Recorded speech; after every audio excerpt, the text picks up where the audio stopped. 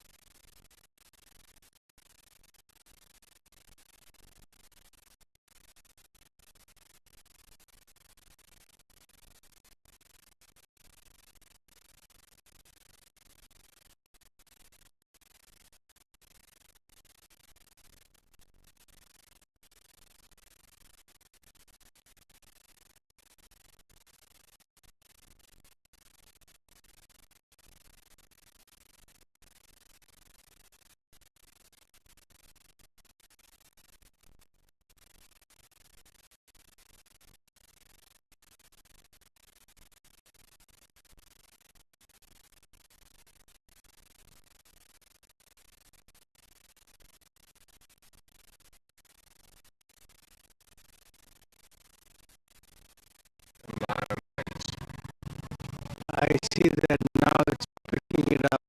Yep. Okay.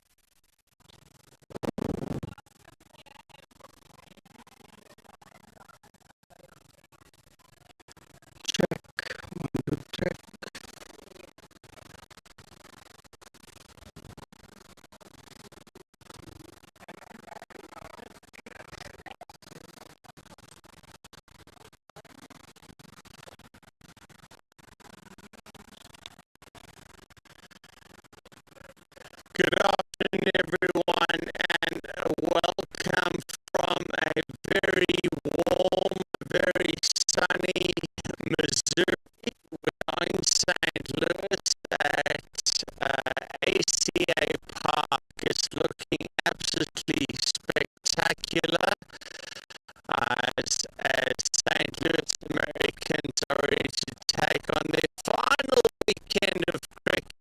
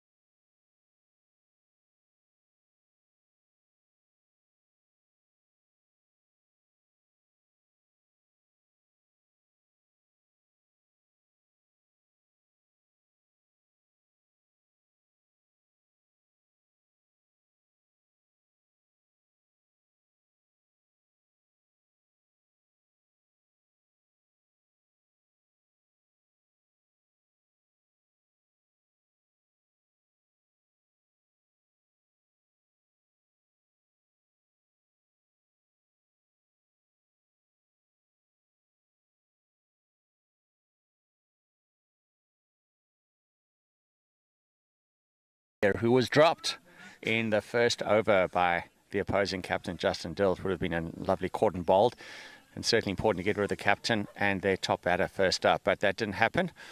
The next ball, Justin was swatted away for a 4 over long on.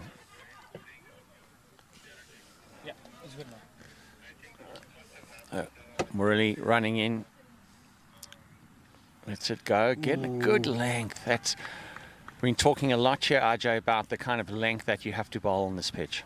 Absolutely. And if you notice on that one delivery, the ball just jumped off the length a bit and caught the batsman by surprise. So that's definitely, it's the right length to hit on this pitch.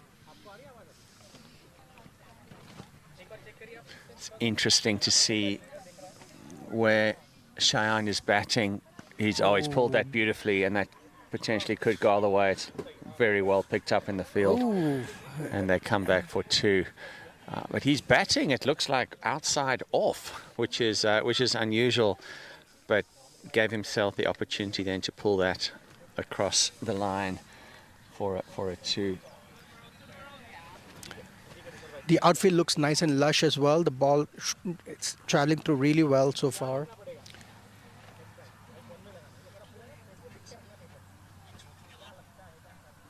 Ooh, uppish. Gone again. Looking to play the crossbat shot, and I could, all the way down for 4.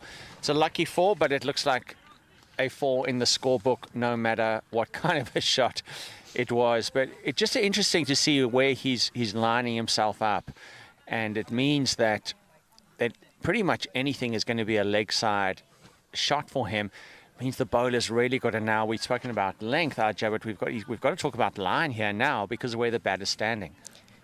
That's absolutely right. In fact, with the stance that they're taking and taking guard outside off stump almost, you almost have to adjust your line and go slightly outside off and go maybe 5th or 6th stump line. But it's easier said than done.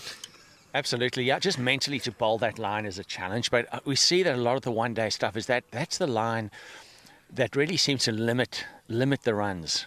But it's a brave line to bowl. For sure. And this is what happens. If you stray anywhere, even onto the 4th stump, he's going to pull you beautifully. And that's another little nail in the heart of Justin, who dropped him, of course, just in the first over. It's 18 for 1. 18 for none after 2.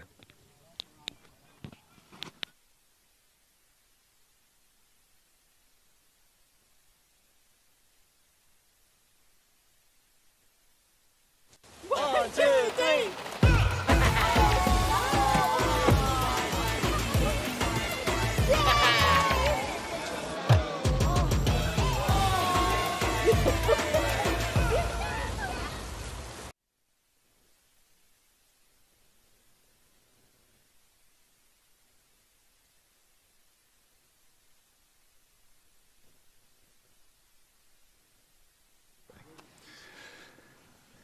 Justin Dill, the captain of the St. Louis Americans, he'll bowl his 2nd over to the left-handed Cheyenne, who, of course, is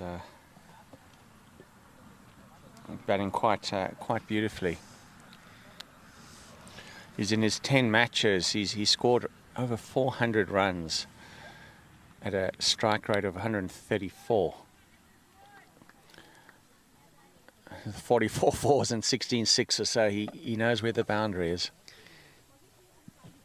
Ooh, that's well beaten. Absolutely beaten there. Maybe a bit of movement? Absolutely. I mean, I think it pitched in line and just left the batsman just enough to beat the edge. There's that length again. I know we're probably going to bore people talking about the length, but it's so critical there. That's a length where you can see kind of, he didn't know whether should I rock back and pull or cut, or should I lean forward and drive, and eventually just didn't move his feet. Exactly.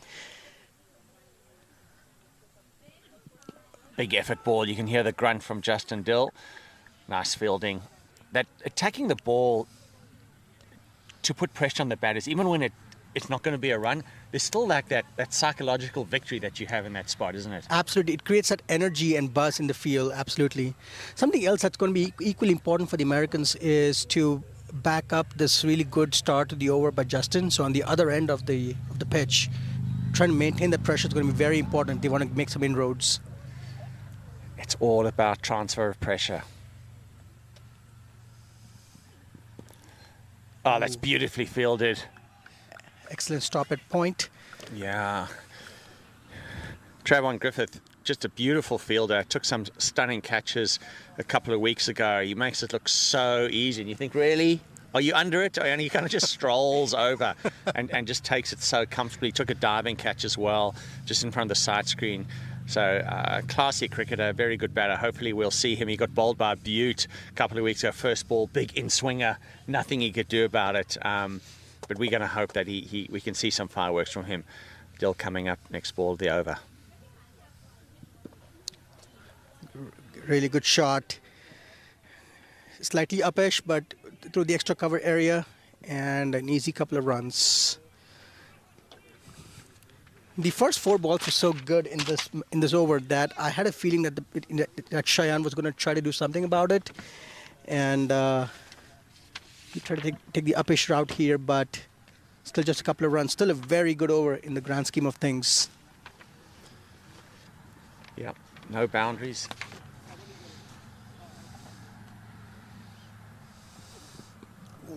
Extra bounce. Yeah, that extra bounce. You spoke a little bit about that earlier, Ajay, and we're seeing it there as well. Nicely controlled, soft hands, and was able to run it down. So you see just a change in field with the right-hander.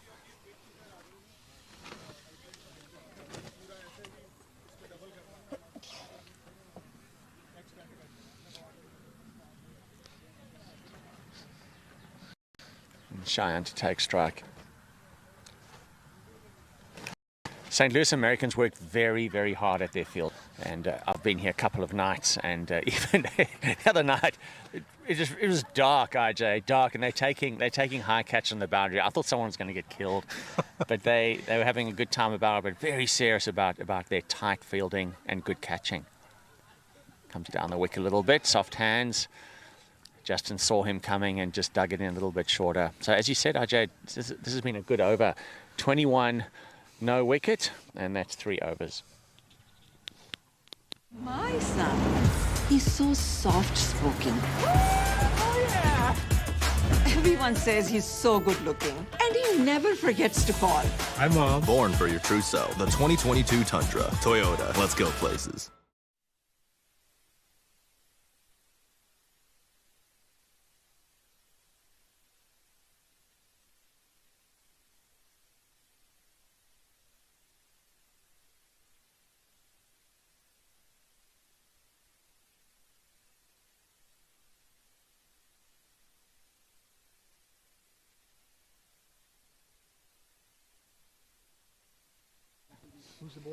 Change of bowler, and we have Ayan Khan coming into bowl.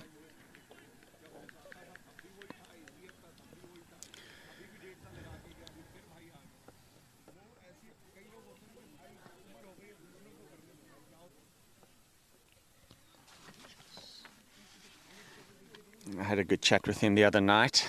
I'll tell you about that as he comes in. He's going to fire it in. There he goes. Left arm. Nice. Wrapped on the pads. Appeal. Nothing really there. A lot of height there. Yeah, just a wonderful character. Always smiling. He's learned a bit of Afrikaans from his teammates, Justin Dill and Luke Schofield, probably a little bit from Urbis Pienaar last year. He's got a pretty good accent. I was impressed yesterday.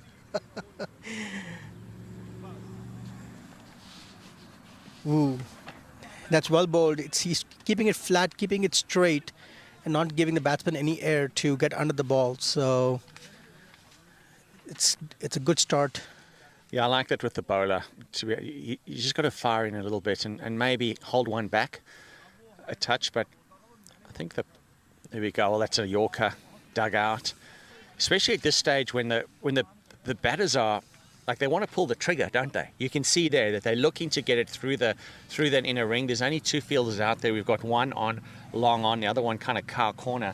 But otherwise, the rest have to be in the ring. So batters looking to hit big. Again in the block hole, looking for the run, but no run there as well. Sid Shah picks it up, left arm, over to the keeper. This has been a great start of the over. This is the kind of pressure that the St. Louis Americans need to exert if they want to make any kind of inroads here. So pressure on both ends, and hopefully something will click. Could be a catch. There it is. Taken. Well, RJ, you called it. You said keep the pressure and something will click, and absolutely he did. And that's the thing with this T20 is that dot balls build pressure. Even singles build pressure. And so there was definitely lovely bowling in the slot, and forcing the batter to feel the pressure, take that extra chance, and was no ways he was going to get that over. Nicely taken by Sid Shah. We'll have a few stats from our statistician, who will no doubt be pulling up.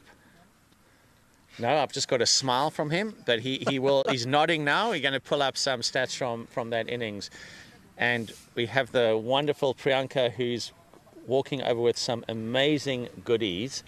That I will definitely take one of those. Thank you very much. That is a delight. We are always spoiled here at ACA Park, Arja. I'm not going to ask you to speak now because you have a mouthful of delicious Indian dessert, but the culture here, and you feel it not just in the club, but it's moved down from the club into this team, and it's fantastic. We were talking in the pre-match conversation about the culture of this team. Absolutely. In fact, we've had the pleasure of seeing this whole group evolve over the last few years. And the one thing that's always stood out about this group of people is the openness and the inclusiveness of bringing everybody in, and they realize this is a team event at the end of the day. Starting from the volunteers and then going all the way up to the players. It's that same team spirit that you see everywhere. Ayn Khan staying in the attack now, just wrapping up his over after we saw Abhinav leaving for just the 4 runs off of 11 balls. This could be a problem. This could be a problem. He's gone. He's short. Dropped his bat. Incredible turn of events here. Lone Star Athletics looking very comfortable, and suddenly a tight over from the Oman International, and there's a catch and a run out first ball. This is catastrophic for Lone Star Athletics. Absolutely. I mean, after that huge second over that the Americans gave away, it's been a great fight back, starting with the over from Justin and then now with Ayan, creating pressure on both ends. And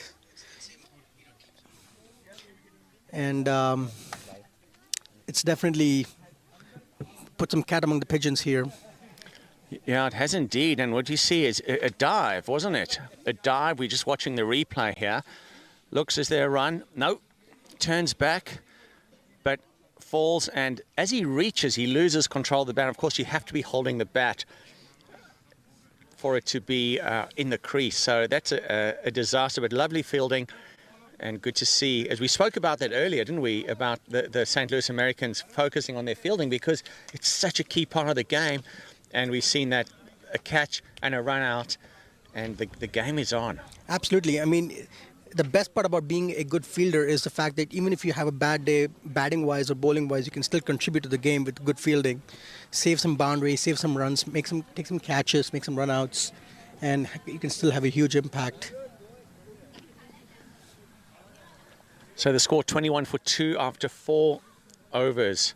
Seeing if there's going to be a change in bowling. There is indeed. It looks like we've got the young Sid Shah coming in. And it looks like Kamran Shaikh does it, who's going to be coming in a little earlier than he thought he may have, and we'll get some details about him. There we go. So coming in so far, in the 10 matches played so far by Kamran Shaikh, he's got 140 runs and an average of 15 runs per game, but really good strike rate of almost 150. Okay, so we can expect some fireworks. Yeah, he's going to need that. He's going to need to stick around a little bit, I guess. Exciting to see the young Sid Shah, who's going to be bowling. And that's I love that line. And I say that again because Jahangir, of course, is batting, it seems like, on-off or even outside of off.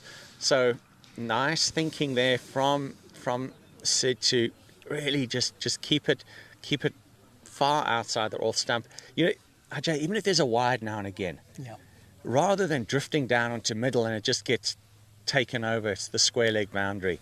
I don't mind that wide ball now and again. Not at all. In fact, I think something else that might be a good strategy here is the fact that with Shayan Jahangir taking an off-stump guard at this point, just slow it down a notch. The batsman trying to hit some big shots, just loop it up in the air, throw it up a bit, and see the batsman has the patience to stay with it. It seems like Shayan is just moving around a bit because it looks like he's back to a more traditional stance there, taking probably middle and leg. Shah in comes, nice. Now, of course, Shah used to be a quick bowler.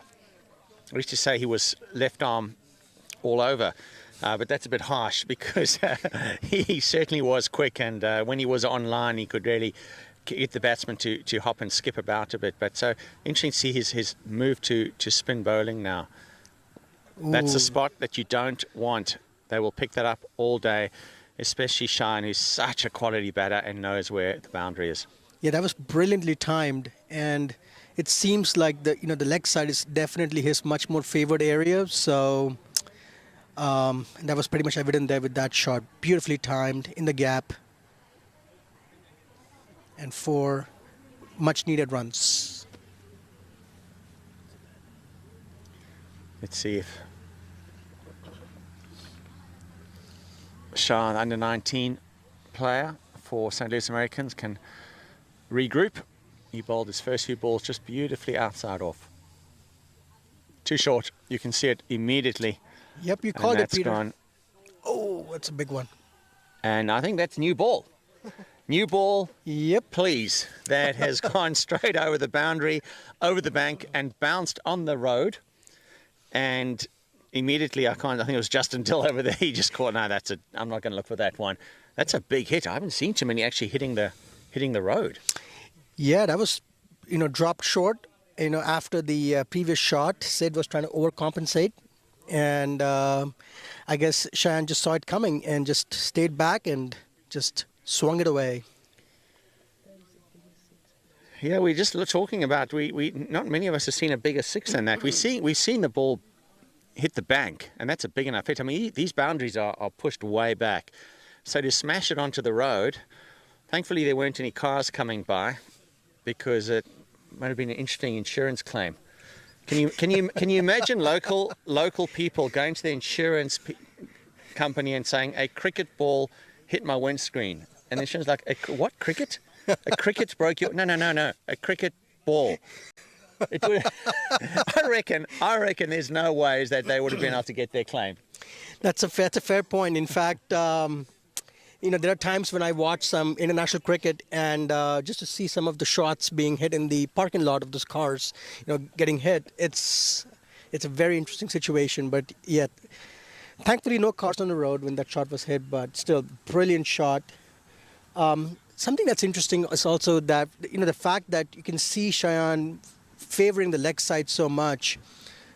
Peter, you said this earlier. I think it may make more sense to just really try and change a mindset and approach by hitting 5th, 6th, 7th stump even, and seeing how does Cheyenne counter that. So Ayan Khan did it brilliantly.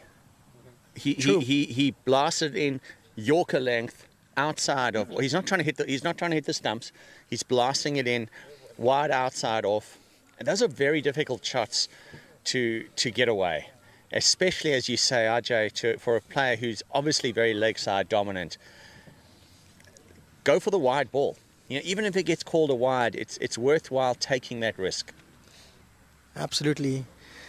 I'm keeping an eye also on the fielder at square leg and seeing if he's moving squarer to the exact spot where the shot was hit.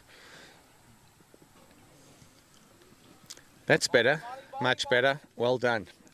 To pull yourself back after that one, Sid. Shah 31 for 2 after 4 overs.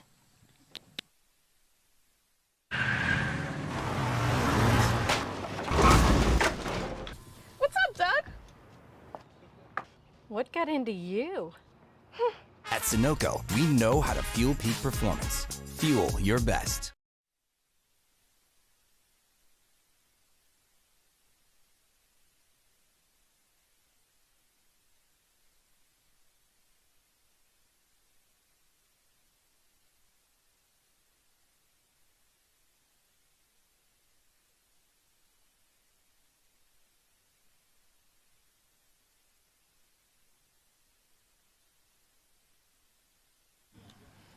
Ayan Khan bowling his second over, of course an Oman international. When I was speaking to him the other night, I'm always interested with players, RJ, is like, what other sports did they play?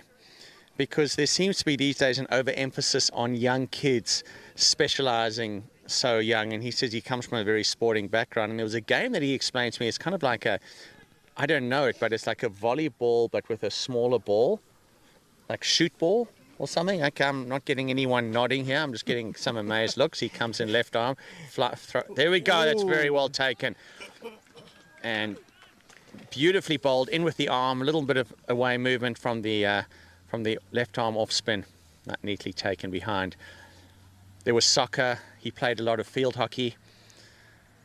So a good all-round sportsman. Yeah, still a lot of dot balls from Ayan Khan, using all his experience. Of course, he's going to be representing Oman. I think he's in the squad for the qualifiers for next year's World Cup.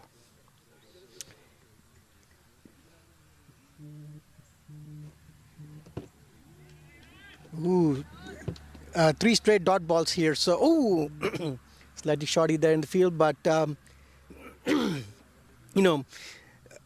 Peter, going back to your discussion earlier about playing different sports, I think it's definitely something that's useful for athletes to have, because it helps develop other skills and other parts of the body and other muscles that don't quite get used as much when you're playing just one sport, and it helps with your overall fitness, helps you stay away from injuries, and we've seen plenty of examples of international cricketers who play different sports and eventually picked one, but they end up being better overall athletes for sure. It's a slight change in field. We've got a long off, and we've got a deep square leg, but otherwise everyone is in the ring, and that's another dot ball that's brilliantly bowled by the Oman international. So Peter, something else I noticed is they brought in a short mid-wicket. It makes me wonder if they're going to try and attack midland leg here. Excellent. There's that wider delivery. Left by the batsman, thinks it's going to be a wide, and I think it's a maiden over. That's an outstanding over, following up from his 2 wickets. So that's 31 for 2 after 6. Took that last corner pretty quick. Sir, I need 1 hand on the roof, 1 hand on the pump. Timeout for Sunoco Go Rewards. Keep pumping. With new Sunoco Go Rewards, when you fuel, you save, because rewards come first.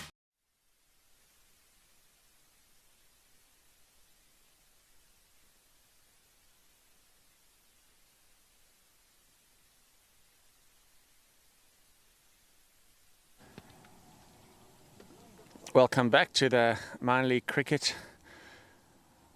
conference here. We've got St. Louis Americans playing against Lone Star Athletics. Score 31 for 2 after 6 overs. Sid Shah going to pick up his second over. He bowled nicely, 4 dot balls and 2 loose ones that travelled over the boundary.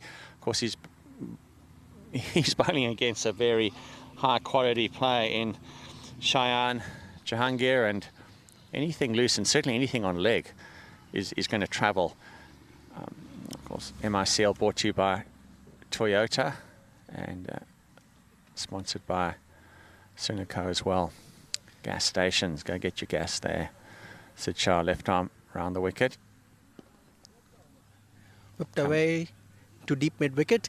So Peter, I was just going to bring this up to you. I noticed a slight change in this over for Sid. They've got a deep square leg and a deep mid wicket. Do you think that's more of a protection, or is it also, in the case of Cheyenne Jahangir, a catching position with the way he hits there? Yeah, they're hoping a catch is going to go there. They've got their 2 best catches, one at deep square leg and one looks like Griffiths out there, deep square leg, and it looks like they've got Luke Schofield backward of square bouncing around ready for the catch that may very well come. There it goes. Swept beautifully though along the ground. No chance of a catch, of course. And also, Jay, it's over number 7, so well taken by the keeper. Over number 7, which means end of the power play. So they get to spread the field out a little bit. To be fair, if I was captaining, I wouldn't be bothering too much with my offside field right now. I haven't seen Jahangir hit anything through the off. I'm not saying he can't, but he certainly is a beautiful hitter across to the leg. And as I say that, he does inside out, beautiful shot. Hasn't quite found the gap to travel over the boundary. They'll come back for the 2. Lovely inside out shot. Absolutely. It was really well timed, and I think he realizes that too, that he needs to try and open up the ground and open up his shots to other parts of the ground to move the fielders around a bit and try and take more opportunity to score more runs.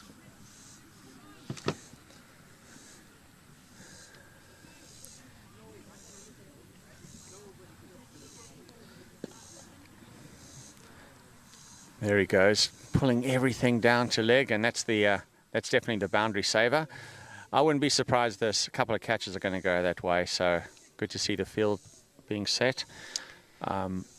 Just putting some pressure in, because it'll be interesting to see if he doesn't get those boundaries on the leg side anymore. I mean, he's taken advantage of the power play beautifully. It'll be interesting to see if it does build up a little bit of pressure with no boundary.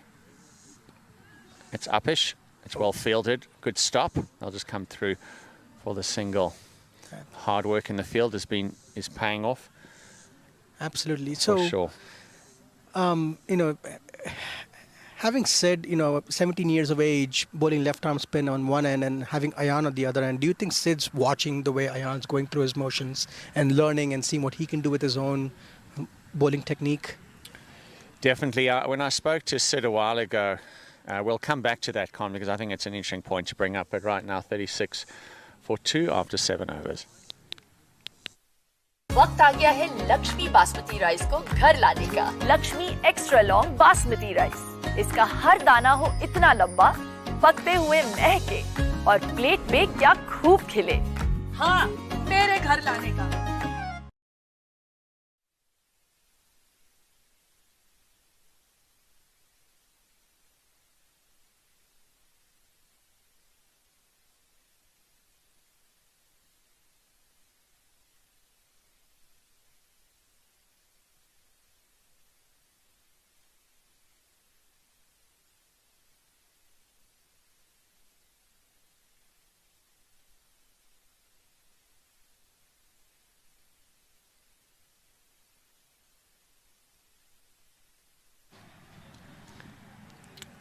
Interesting that they are staying with Ayan Khan. I wonder if they're going to bowl him through.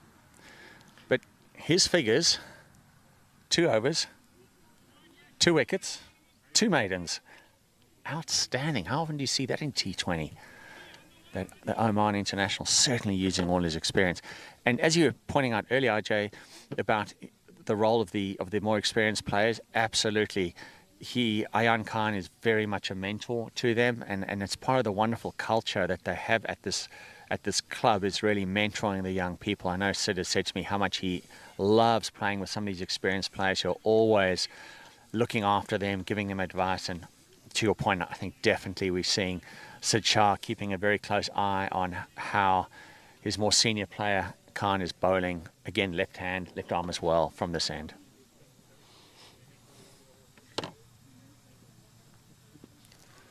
It's gone high in the air. Is he going to be able to make the leap? No, that is a stunning shot. That's gone all the way. It's the first time. The first runs are a 6, but we have to see the replay, but it looked beautifully struck indeed. Absolutely. I mean, if you think about it, it's a sweep shot, upish, and it's gone all the way for 6, which speaks to the power and the timing behind that shot. Absolutely incredible for his first runs. Yeah.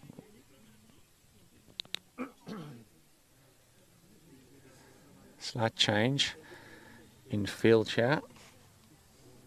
They're shifting Ahmed Ali just behind the square leg umpire. Still got Parth Patel deep. He's a great catcher. And we've got Justin Dill out here in mid-wicket as well. This roll of the wrist. Patel comes in, gets it back to the bowler. This certainly seems like an interesting strategy. You get a big hit of the first ball, and you can just start milking the runs for the remaining 5 balls and still have a really good over. If they can get singles of the next 5 deliveries, it's still 11 over. It's still 11 run over. So that's the advantage of having a big hit in the first few deliveries of an over.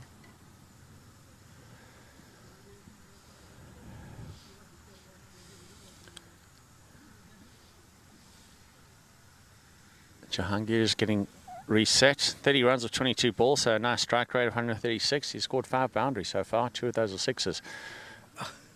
Let's see. A little bit of a change. It's also interesting gamesmanship here. Shayan's trying to move around at the, taking a stance, and he's getting a little upset with Ayan going around the wicket at the last second. So some interesting gamesmanship there. Ayan with a big smile on his hand. Yeah, every time every time he takes guard, then Ayan Khan says, well, then I'm going to go around the wicket. Oh, you want to take that guard? Well, I'm going to go over the wicket. So as you say, a little on-field one-on-one battle there. And it's really being enjoyed by his teammates.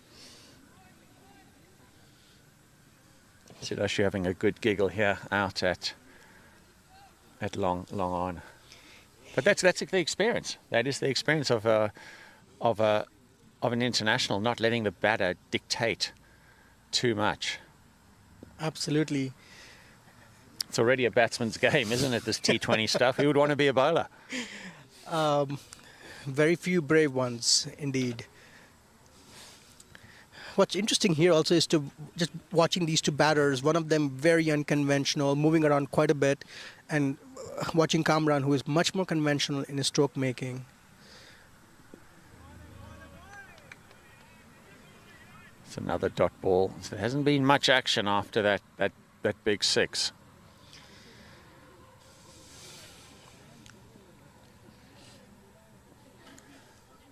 Ayan Khan coming in, left arm around, darts it in. Again, will they come? No, that's well kept there.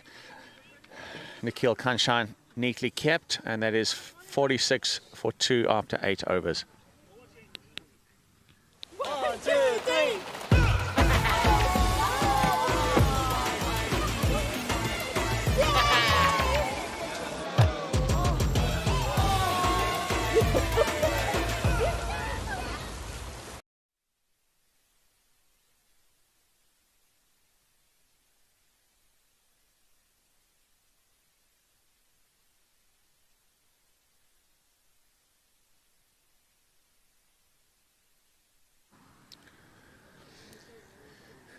Back we are for the 9th over. Good to see Sid Shah staying in there, bowling another over. He's gone for a bit. 2 overs, no runs for 16. But this, you said in the pre-game, RJ, is that if nothing else, this weekend is a great learning opportunity for the youngsters. Absolutely. I mean, for Sid at the age of 17, bowling on the other end in a partnership with Ayan, and just watching teammates like Justin and Luke and the rest of the group here, it's tremendous. I mean, it's only going to help this kid. Oh, big hit. And, yep, that's another massive 6. And let's guess it's on the leg side, right? I mean, it was short, it was a half trucker, and it was just asking to be hit. So,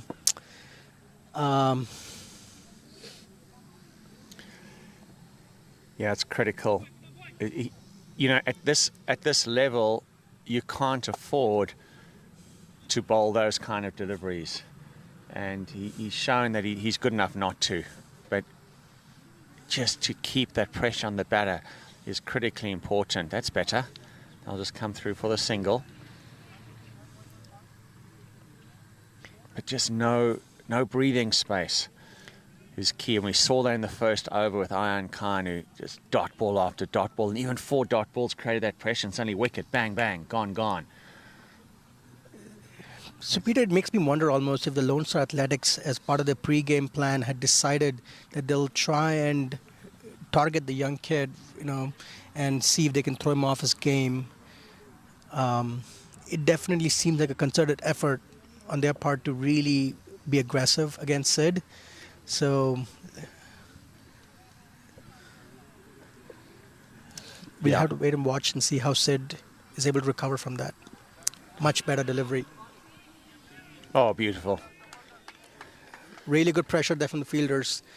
Dot balls and singles, really, like you said, Peter, earlier. I think that's going to be one of the keys to creating some pressure here and hopefully lead to some wickets.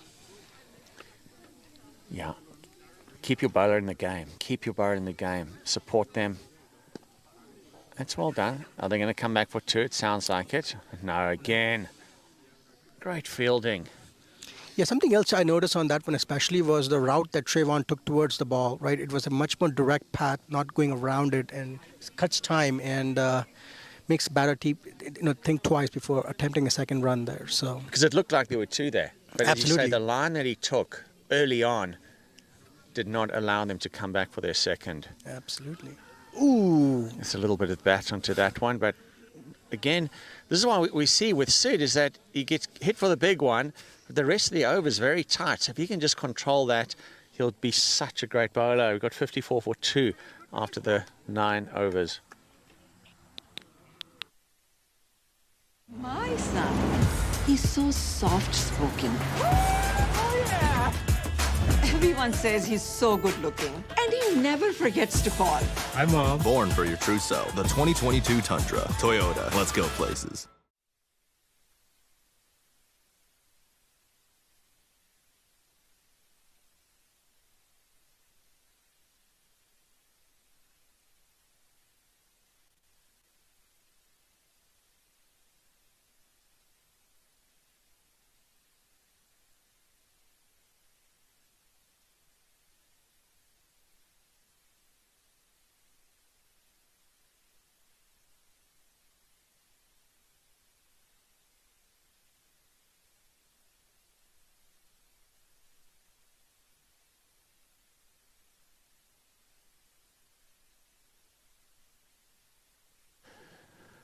Sudanshu into the attack.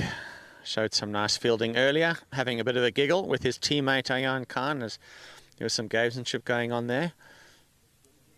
A lot of emphasis on spin bowling here in the minor league cricket. Toyota, and sponsored by our gas station. So we've got interesting field set up here. It looks like Griffith is moving across to deep extra cover and will be fielding that ball. Is he going to make it? Yes. One-handed pickup. He's a delight to watch field, isn't he? Absolutely. I mean, again, tremendous pace towards the ball and just taking great routes and releasing the ball quickly too, which always puts an extra amount of doubt in the batter's mind in terms of coming back for the second. That first delivery for Sudanshu, a bit wide, giving the batsman room to hit. Let's see if he can get his line back. Oh, really quick through the air.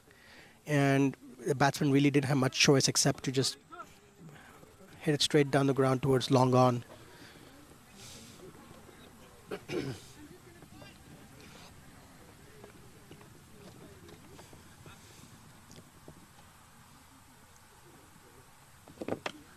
Width again and straight to the fielder in the deep.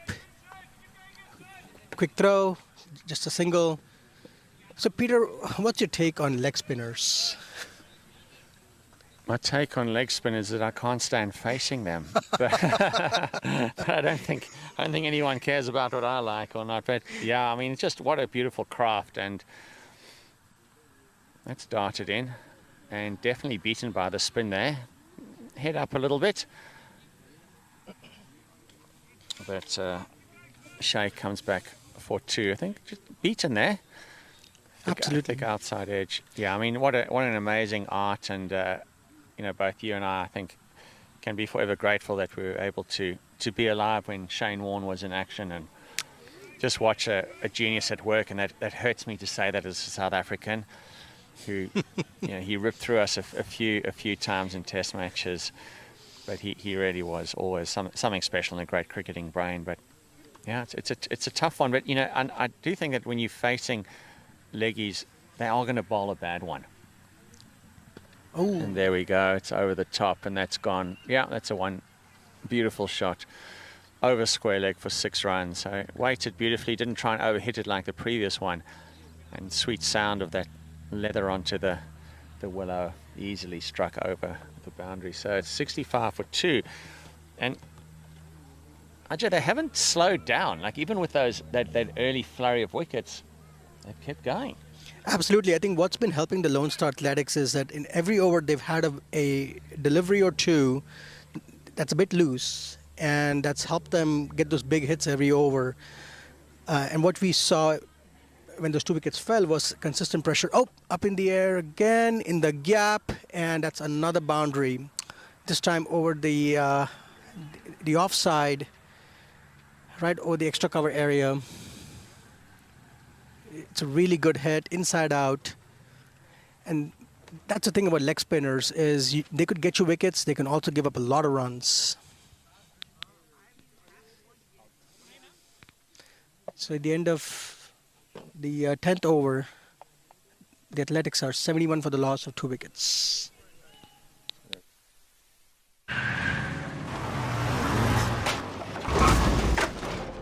What's up, Doug? What got into you? At Sunoco, we know how to fuel peak performance. Fuel your best.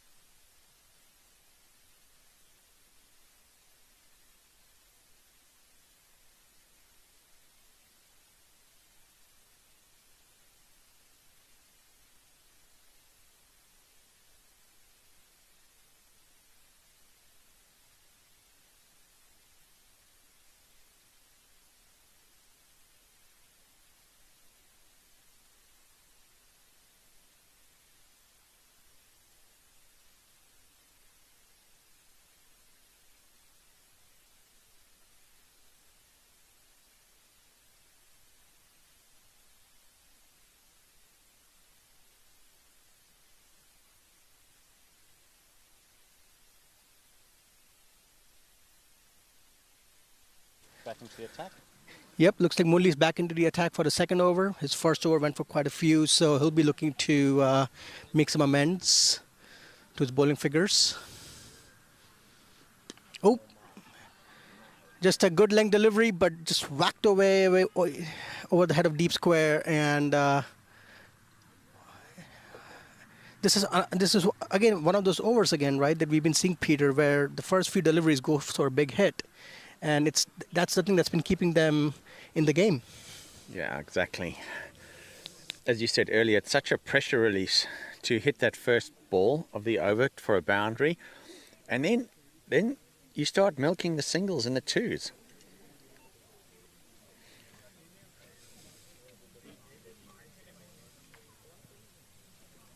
Oh. Murali's got a great change of pace. He bowls a good off-cutter. So he just needs to find that rhythm again. And I'm sure he'll do the work for his captain and his teammates. I was just going to ask you that, Peter. I think it may be time for a slight change of pace here every now and then, just to keep the batsman guessing.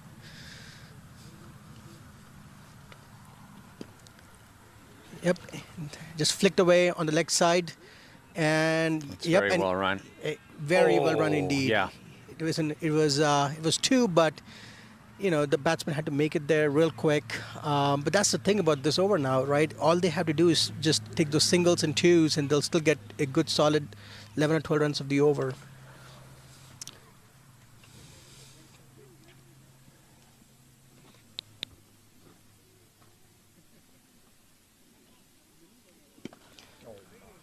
Fantastic shot, straight down the ground, and the fielder at long off had absolutely no chance.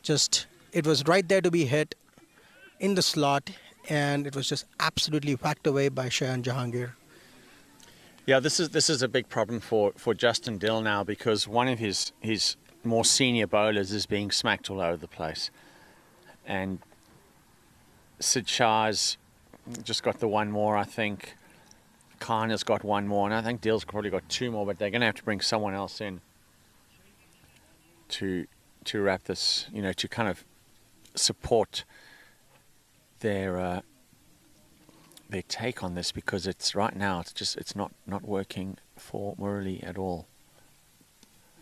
Runs it down, it's well fielded, nice low down, keeps it on the ball, it's sharp, saves a single. You can tell that Shayan's been looking around, seeing where the gaps are, and it's trying to really target those. He's trying to keep it as low risk as possible. He's also batting at 46, so he's probably eyeing his 50. Murali going around the wicket this time. Oh, Interesting. Oh. That's very well run. That's well run. Put some pressure on the fielder. Yeah, and Peter, you could see there he was trying to do a sweep and then change it to a reverse sweep at the last second. Really good adjustment there. 84 for 2 after 11. वक्त आ गया है Lakshmi basmati rice को घर लाने का। Lakshmi extra long basmati rice. इसका हर दाना हो इतना लंबा, पकते हुए महके और प्लेट पे क्या खूब खिले। हाँ, मेरे घर लाने का।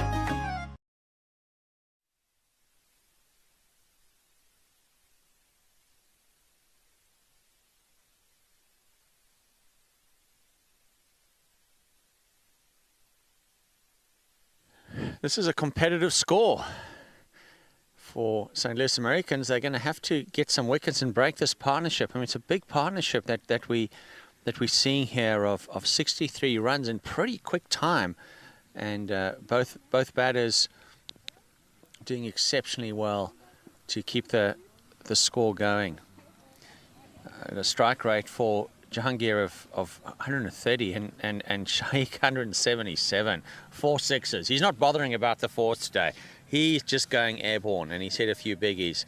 So it's really critical. St. Louis Americans have to now break this partnership. Couldn't agree more, and I think it starts with getting some dot balls here and trying to create some amount of pressure.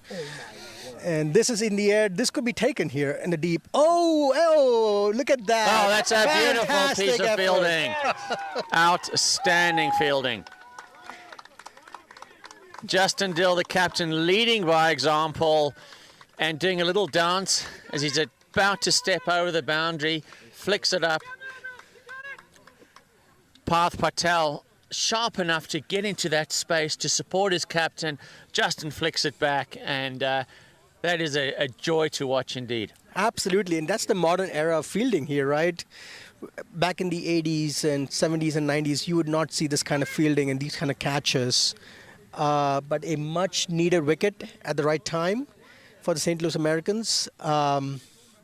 It's 85 now for the loss of 3 wickets, and we are in the 12th over.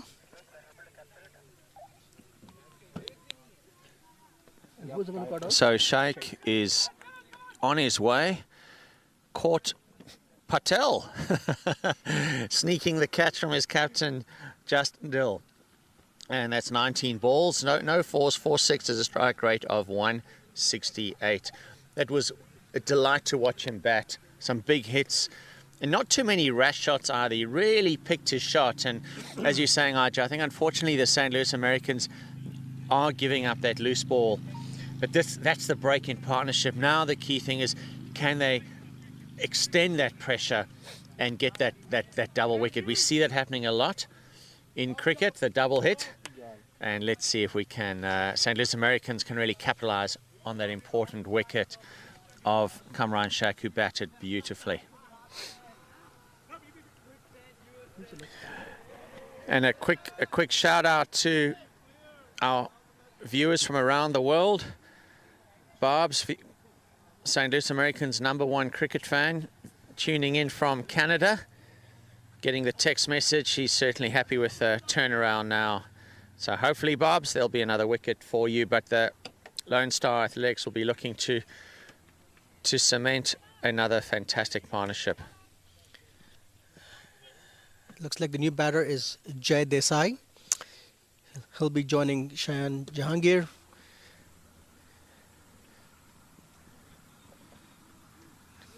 Gorgeous straight drive, and unfortunately for the batsman, just a single, but beautiful straight drive, high elbow.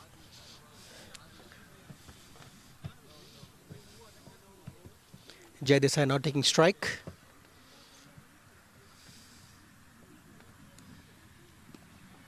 Upish, but in the gap, and Jay is off the mark.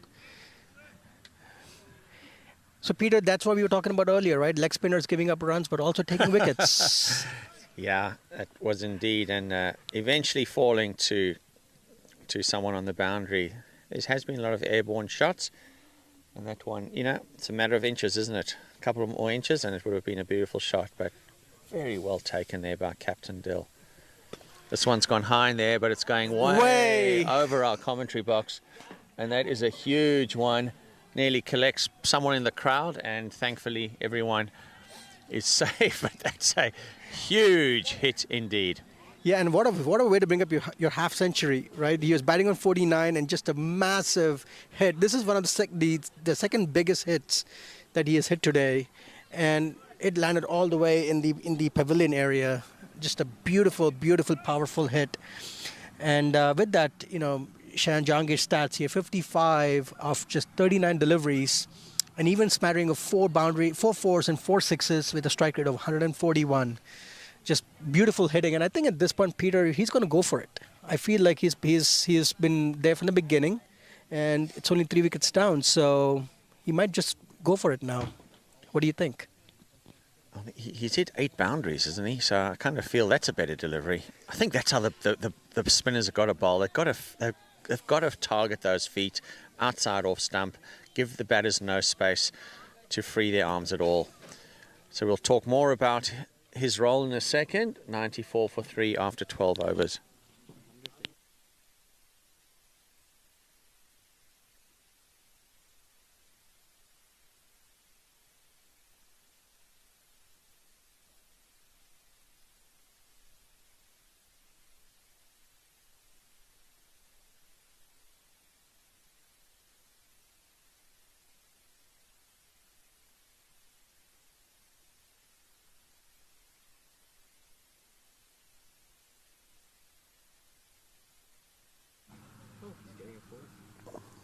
Sid Shah into his 4th over.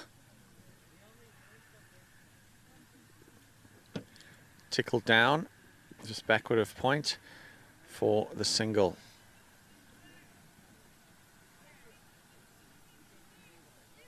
We're seeing both the deft touches and the big hits from the batters. A delight to watch indeed. Let's see if Sid can have no boundaries this over. 5 more tight deliveries. Uppish. Oh, a little bit uppish. They'll come back for 2, will they? They'll have to run because there's a good arm. Oh, safe and sound. Yeah, coming in, Jay Desai has scored 81 runs so far in this tournament in seven appearances at an average of 13.5, but a strike rate of 126. So he's going to try and improve upon that today if he possibly can, if he needs to help the Lone Star team with a good score. Oh, that's a close one, but he's going to give him not out. That's very, very well run indeed. Nice fielding. It looked like that was Murley flying in there, making sure, keeping the pressure. But again, we're seeing that the deft touches, that it's not just, you know, one big shot over the boundary. There's some legit cricket that's going on here by the batting team of Lone Star. Something else to be also mindful of, the fact that the way Shyam Jahangir is taking all these quick singles after batting for almost the entire time so far. So great stamina, and speaks to the overall fitness that he's got. He's gesturing towards his team there, looking for some thigh guard possibly. Teammates not fully aware. And the umpire has decided he will look after it. That's not a call I would have made. The sweaty inner thigh pad, I would have said, mate, get your 12th to come and pick that one up. I'm not holding it. So that's very kind from a very experienced umpire. That's floated up, but well fielded in the end. So good over here by Sid. Can he have that mental stamina and discipline to ensure that the next few balls are as tight as the previous ones have been? Round the wicket. Good toe end of the bat. It's like a snooker shot there, mate. You need to chalk that cue up a little bit. You can see Jay Desai there. I think. No, that's I think Cheyenne who hit that. Yeah. So not sure if it's some early signs of fatigue or just mistimed a shot. Ooh, Jay had no idea where that ball went. Really well looped up by Sid. What a good over. Well bowled, young man. 99 for 3 after 12 overs. 1, 2, 3.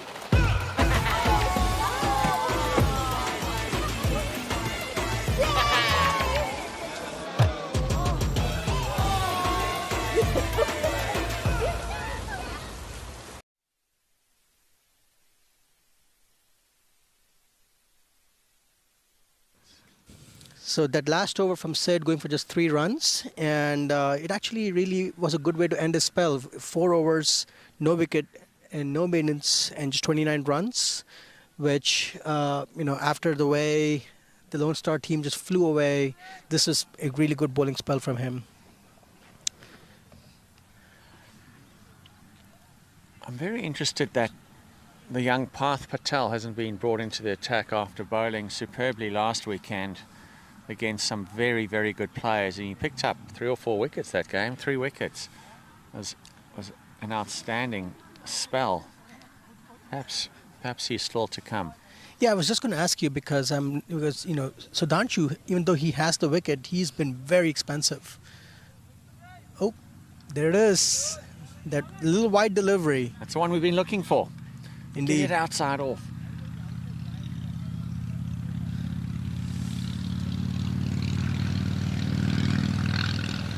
It's gone inside out again. Griffith will pick that up. 3 and 2 runs there.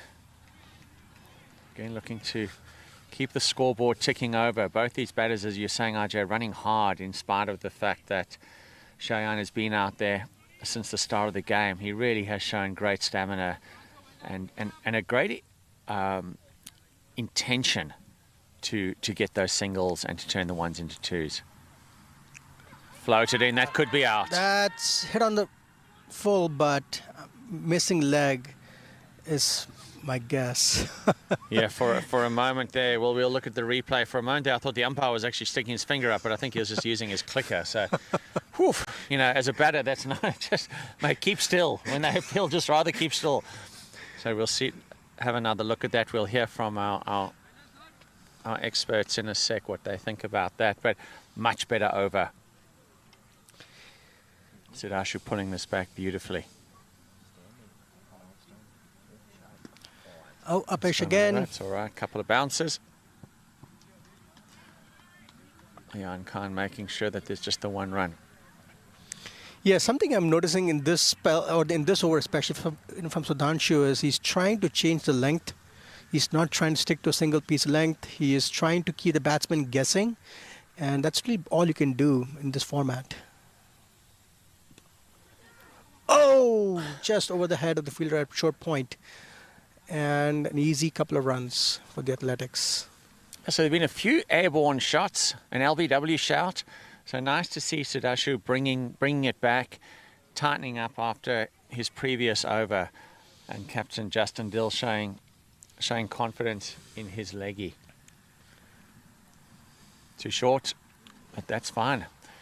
I thought, as I saw that bounce, I thought, he's gonna step back and pull that over square leg for 4. So that's 104 for 3 after 14 overs. My son, he's so soft-spoken. Oh, yeah. Everyone says he's so good-looking, and he never forgets to call. Hi, Mom. Born for your true self. The 2022 Tundra. Toyota. Let's go places.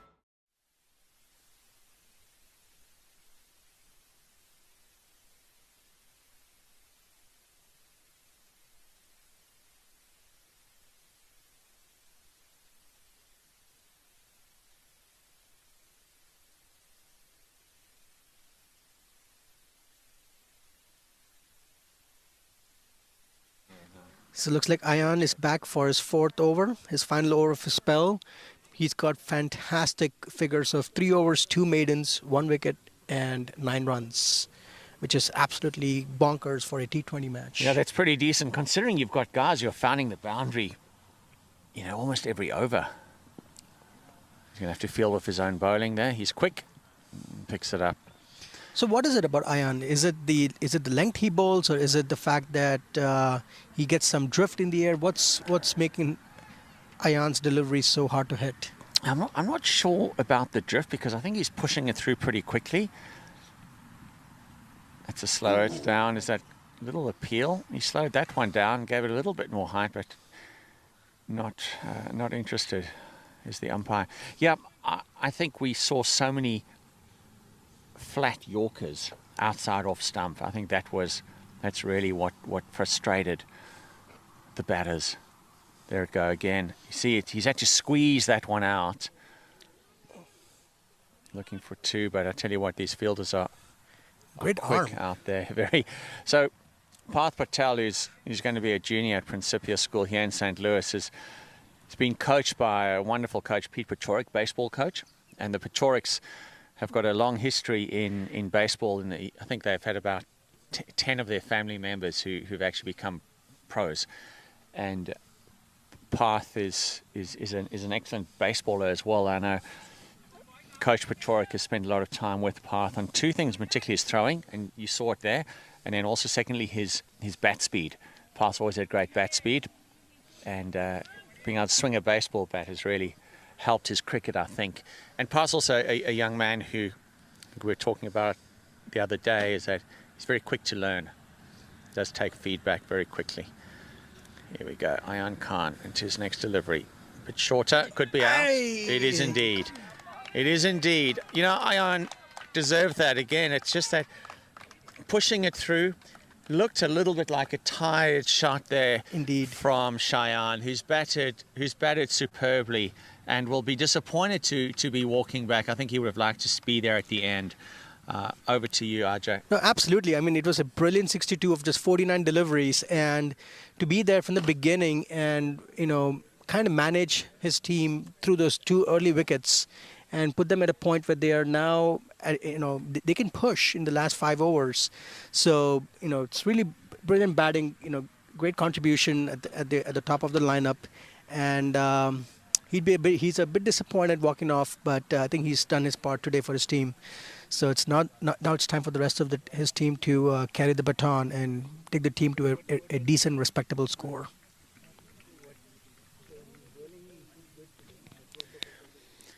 What are we thinking about the targets here? For another 5 and a bit overs. They had 106, 4 wickets down.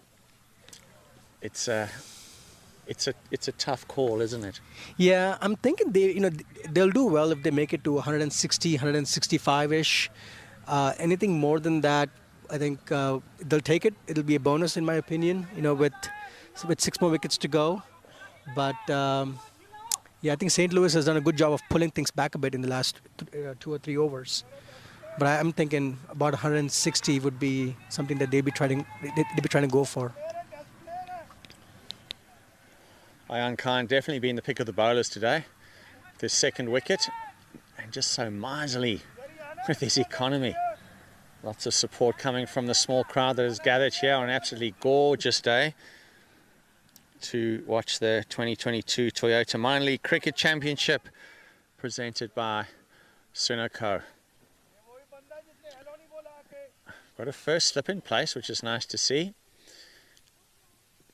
Oh, it's edgy again. I wonder if he'd stayed there. Would have been a catch at that kind of back gully position where he was previously, was Murali to pick up that catch. So a bit of an edgy start, but it's a run on the board.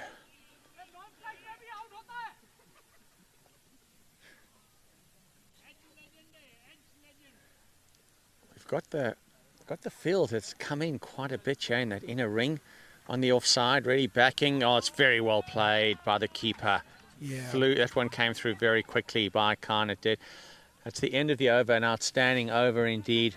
Just a couple of runs off there. 107 for 4 after 15 overs. Yeah, absolutely brilliant. Brilliant spell from Ayan Khan.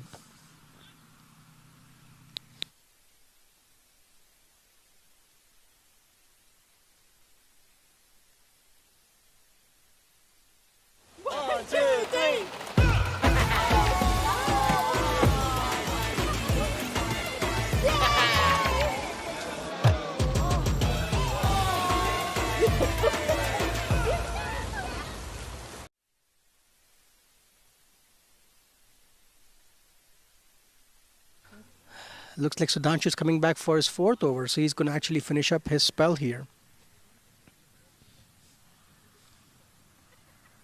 Yeah, his first 2 overs were really expensive, going for 27, but he really pulled it back in the 3rd over. He'll be looking to end on a high note. Let's see how it goes. Oh. All right. Looks like the bails flew off there. Or what is that? Something's in the way. Yes, Sudhanshu has a good chance here with the new batsman in to create some pressure and create some dot balls. Great start to the over. Well, I like the length. Full outside off. Difficult to free your arms. Of course, Lone Star will be looking to get off. Nice shot. They'll be looking to get after it. They want to keep the scoreboard ticking over. They've only lost 4 wickets, so there's plenty of guys back in the pavilion waiting to come out here and have a go. Yeah, and with the new batsman being Siddesh Patare, Jay is going to have to take the onus on trying to score some runs here for Lone Star. Oh, yeah, Sudhanshu wants that back. That was a poor delivery. Yeah. And that happens with a leggy. Sometimes it sticks in the hand and didn't look pretty. That's wide again. We can see his intent though. The intent is to bowl wide, outside off, which I'm just fine with, and it looks like he's bowling to a plan. Unfortunately, both have gone wide. Let's see what he does here. Flies it in. That's a quick delivery. That's like a medium pacer. Oh, and Fields off his own bowling. Very well played there. Yeah, that was full and straight. You miss, I hit situation there. Definitely a little bit more life back in the field now after the wickets. St. Louis Americans will be looking to really apply the pressure and make sure that the run rate doesn't get away at all. Unfortunately, that's a third wide of the over, so this could turn out to be an expensive over. Yeah, and it's the new batsman Siddesh, so I think Sudhanshu would really want to make him play and get some dot balls in. Yeah, a lot of encouragement from the home support for you know. For Yeah, and we spoke about the wonderful culture of this team. Very supportive, even though a couple of, well, 3 wides were bowled, still hearing the yells of encouragement. Yeah, for Sudhanshu, the good thing is that with these short balls, they're not getting whacked away for 6. So, you know, it's he's definitely must be appreciative of that. Oh. He's got him. He's got him, and that's an interesting one because from here it looked a little leg side and a little bit high, but that's why we're not umpires, and we're also sitting at a very poor angle to have a look. But the players were pretty convinced immediately that that was gone. And I think what happened there was that attempt to kind of just turn the ball down leg, and unfortunately he missed it, and it was a straight delivery. So going all the way and hitting the stumps. Yeah, Jay was trying to do like a paddle sweep almost, just to get an easy single or two, and completely missed the line of the ball. Yeah, it was an awkward shot. He covered his stumps and turned his wrist at the ball, missed it, and that was going to hit all 3. So well done the umpire. And the end of that over, we have 113 for 5. So it's going to be an interesting time now because another new batter's coming in. There's a dot ball because of the wicket. So even though not a great over in terms of wides, again, the leggy getting us the wicket. Indeed. You know, Sudhanshu gave up a few runs. He gave up 38 runs in his 4 overs at an economy of 9.5, but 2 very important wickets. And that's the thing about T20, right? If you can keep taking wickets, the runs will slow down. So, and St. Louis, I think, in the last 3 overs or so, haven't really given up a boundary either. So they've tightened up their bowling quite a bit by taking those wickets, which has really helped slow things down. Yeah, we spoke about that a little bit earlier. When you stop the boundaries, there's no doubt that it puts pressure on the batters. Now, your good batters they'll still keep rotating the strike, which I think they did to a point. But even so, when there's a long time between boundaries, the pressure definitely adds up, and that's why we've seen the St. Louis Americans really being able to hold the score back. I mean, at one stage it looked like a 170, 180, and now I think if Lone Star gets to 160, they will be happy with that. Absolutely. Justin Dill coming back into the attack. I think he's got a couple more, if I remember. Hold on there, Captain Dill. Your keeper, Nikhil Kanchan, is not quite ready yet. Yeah, going back to your point, Peter, at one point, the Lone Star were 12 overs and 99 runs. So this has been a good comeback. Not quite able to get hold of that. Let's see the short pitch delivery coming, but not timed. They'll still come through for the single. Both brand new batsmen. We have Siddesh Patari and Reet, the young under-19 medium pacer. Normally bats a little higher in the order when he's playing for his age group, but he is no slouch with the bat. In the single. And Justin will be fine with this. St. Louis Americans will be quite fine with 6 and over here on out. Absolutely. The final 5 overs, it's usually a lot of mayhem for the bowlers. So the fact that they're maintaining some semblance of control here is much appreciated by the St. Louis Americans right now. They've pulled things back quite a bit. In fact, the last 4 overs, they've not conceded a boundary. So the pressure has been mounting. Wickets have been taken. Justin's going to try and keep that going.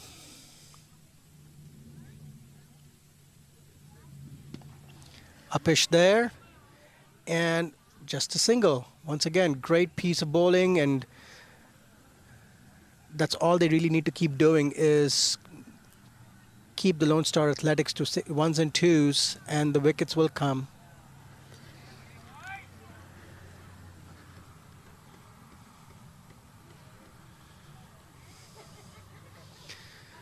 Justin moving his fine leg fielder just a bit finer, or nope, just a bit squarer in fact.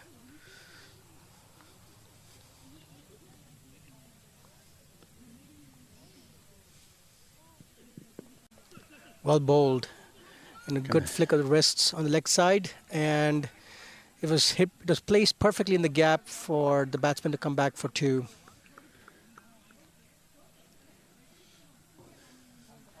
Was Justin's family, I'm sure, will be viewing this from all around the world, many of whom are in South Africa, and he really has been a wonderful addition to this team, taking over from Urvis Pienaar, who led the way last year, has shifted to Morrisville. Justin coming in here with his wife Jessica, settling in nicely to the community. Justin definitely going for the short pitch delivery. All deliveries have been a bit short, and he's confident, obviously, that they're not going to be put away.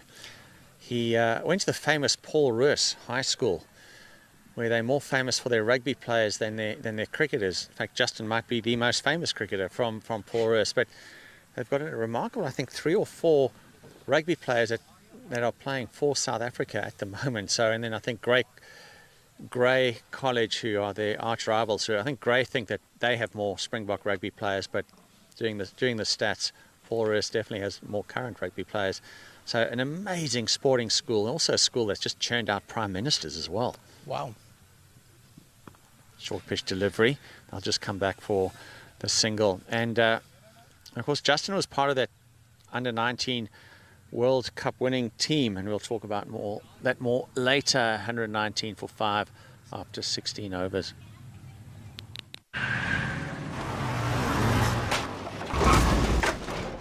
What's up, Doug? What got into you? At Sunoco, we know how to fuel peak performance. Fuel your best.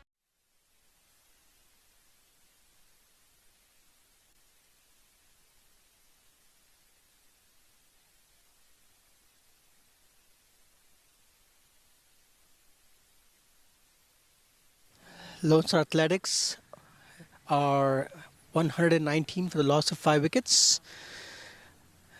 17 overs gone, so they're going at exactly 7 runs an over right now. Ideally, they'd like to go for a bit more, but it's been some really tight bowling from St. Louis over the last 4 overs or so. Moodley coming back into the attack. He'll be coming back for his 3rd over.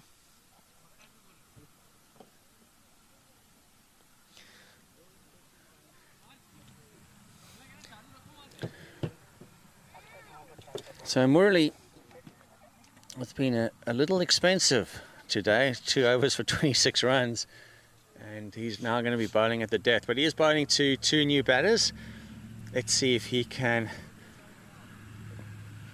put some bite back into his bowling and keep the score down. Yeah, not fully timed there, looking to drive the ball, but I think that off cutter beautifully bowled, not allowing the batter to get full contact, but they get the single. 120 for 5 after 17. So are we looking at a 150 now? I'm thinking, yeah. In fact, I think the Athletics will do well if they make it 150. You know, with the way that the last couple of overs have gone, I think they've slowed down considerably, and I think 150 will will require some effort.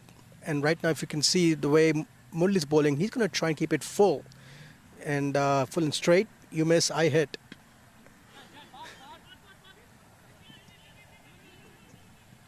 They're not going to chance pass arm. They've seen a couple of his throws. I think there's no way he's coming back for 2. The young man can throw a cricket ball hard and straight. And there's what we were talking about earlier, RJ, is that wide outside the off, and you can see both batters really kind of having to reach out, but they're playing across the line. They're not looking to hit it through the offside at all, which means that their timing isn't quite there. They're not being able to free their arms. So just another single. Good bowling so far. Airborne over the inner circle. That should be restricted to just the 2. Yeah, and Murli won't mind this. 1s and 2s at this point. I think he'll take this. I think Justin will take this at this point. I think if they can keep the 4s and 6s away, I think the Americans will be really happy with that. And Murli's going to try and keep doing what Peter, you were saying earlier, right? Which is change the pace and throw it wide outside off stump and make the batsman reach for it. Yes to all of that. And we're seeing a lot of this in T20. I mean, it's what the game has brought. It's just that slow delivery, the change-ups, the cutters. That's a bit short, but again, batter not quite in control. Kanchan cleans up nicely behind the stumps. Another single. And that's the what one was it? One more ball or so to come, perhaps. But a really good over here. Lovely to see Murli just pulling it back. Actually, it might be a few more than just 2 more maybe. Pulling it back neatly. A couple of runs off this over. See if we can keep it tight. Whacked away, but just a single. Murli won't mind this at all. It was a really well hit shot, but just a single.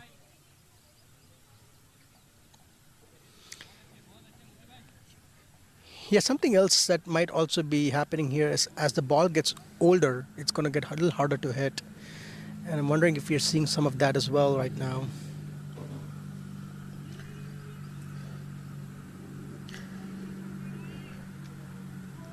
And that's the end of the over. 126 for 5 after 18. Took that last corner pretty quick. Sir, I need one hand on the roof, one hand on the pump. Timeout for Sunoco Go Rewards. Keep pumping. With new Sunoco Go rewards, when you fuel, you save because rewards come first.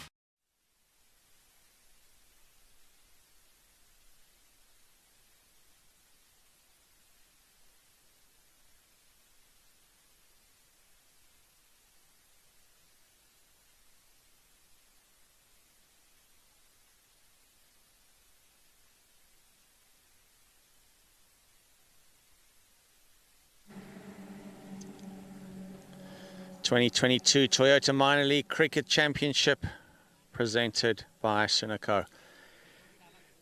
And DAFA News supporting as well. And we have Captain Justin Dill, who's going to be taking the second to last over. Often this is quite a big over. Interestingly enough, they can target this one. But is he going to stick with his plan, which has been just digging it in short? It's hard work. They're all effort deliveries that he's bowling. But these two batters haven't been able to get the ball away. Interesting, the last over, no boundaries, but they still went for 7. So I really appreciated the thoughtfulness of the two batters. 100%. In fact, it was not just one of those, it's either go big or go home. They were trying to make sure they make every delivery count. And it speaks to the maturity, of these two batsmen. But to your point earlier with Justin, I think he's going to try and keep going that short of length. And there it is, right? It's the effort delivery. And it's been hard to hit. Oh, that's brilliant running from both batsmen on that one, going for 2. That was not a 2 right off the bat, but a slight miss hit. And it took just a little longer for the ball to get to the fielder long gone. And they cashed in on that. Great piece of cricket from the batsman. Good to see that intent. As the ball was hit, they were looking for that too, and they're taking on an outstanding fielder in Luke Schofield, and he'll be disappointed with himself to give up that 2. Need to perhaps attack that ball just a little bit more.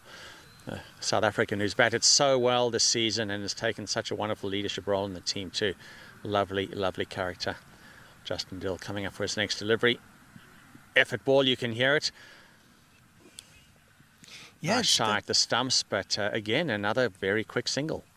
Yeah, it's that same trend, right? Short of length, you can almost predict it now, but they're not able to get Justin away. And that's actually prompted a fielding change. Justin had Murli come all the way from third man to almost like a wide gully position, because with the length that he's bowling, where he's really following the batsman, the ball isn't really going to go there much. Clever change. He saw the batter coming and just bowled it, fired it straight in at his feet. And again, another run. So good to see the batsmen not losing their head because of the pressure of no boundaries. They've kind of looked at the situation going, it just doesn't look like we're going to hit those boundaries. But what we can do is get the singles and get the two. So they're still going to be scoring at some decent clicks. It makes you wonder if the two batsmen have also done a better assessment of the fact that it could be a high-scoring match today, and they really want to maximize everything they can get. Oh, that's well dug out. We wondered if Justin was going to just stick to this plan of the shorter deliveries. The last two, he's really bowled some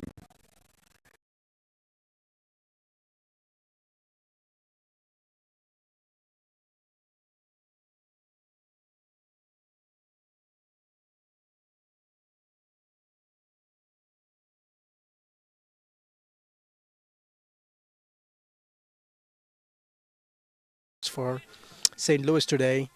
You know, they've taken wickets, they've kept the runs down, and really exerted that pressure that was needed after the great launch from the Lone Star Athletics in the first 10 overs.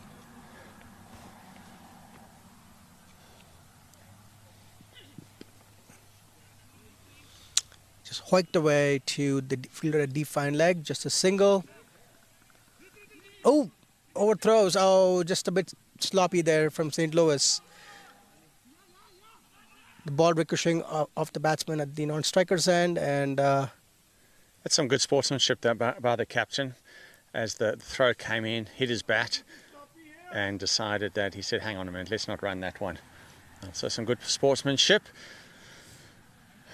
Ben Stokes, of course, who won the World Cup when it ricocheted off his bat. I think New Zealanders, sorry to all of you out there for reminding you. Anyway, 134 for 5 after 19 overs.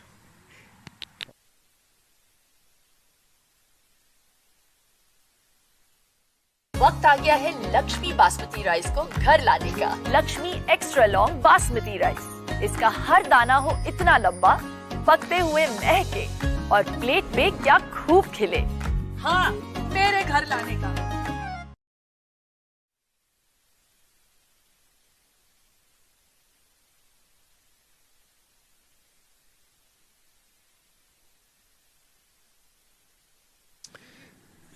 all right, 19 overs are completed. We are in the final over of this first innings, and you can see that the run scoring has slowed down drastically in the last 9 or so overs.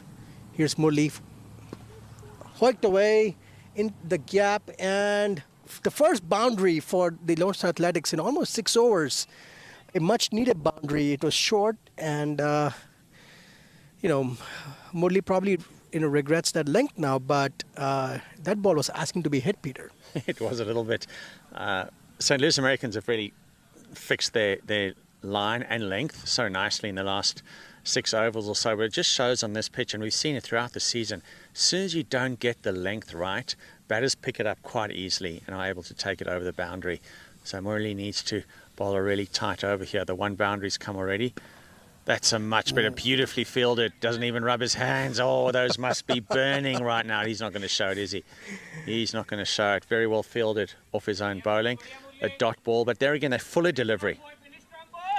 And that's going to be the template for Murli for the rest of the 4 deliveries of this over, right? Keep it full and not give the batsman any chance to get under the ball.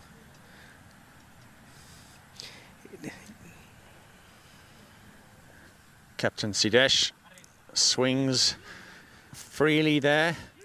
Patel getting it in quickly. What a beautiful arm. Oh, that's stunning. A lot of encouragement for Parth there. But again, I think another short delivery, and this time Murli got a bit lucky with that one. But it makes me wonder almost, with this heat and humidity that's kicking in, if it's softening the ball a bit and making it harder for the batsman to hit. Here we go. Top edge. Oh, no, never mind. It's just a miss hit.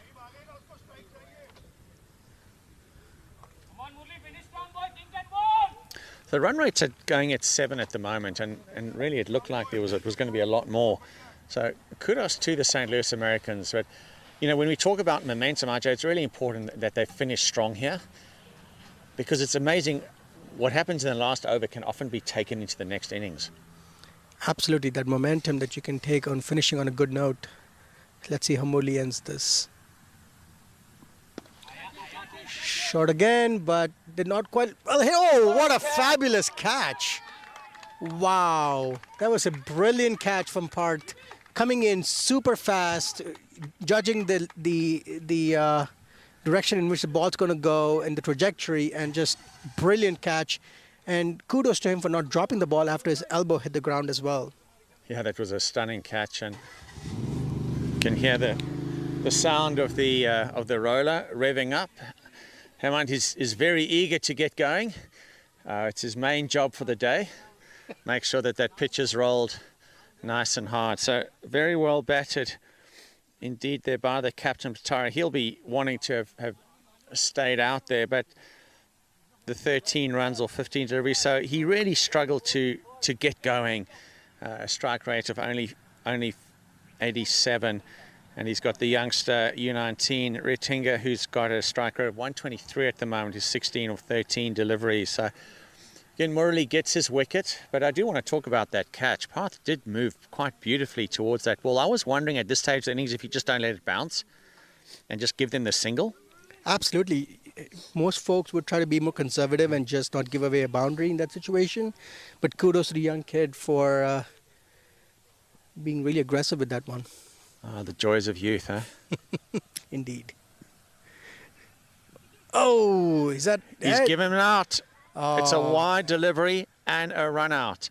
That's very well played behind the stumps by Nikhil Kanchan. He's awesomely aware of the situation. Even if it's the 19th or 20th over, he's still so aware. Like, that game awareness is just stunning.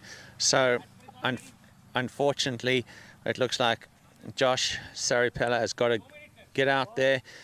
That long, lonely walk back that we all hate as batters. And, of course, he didn't even face a delivery as well. So his job as a batsman is done. Of course, his left-arm orthodox spin. So he will be back for more a little later. But great stuff from the keeper.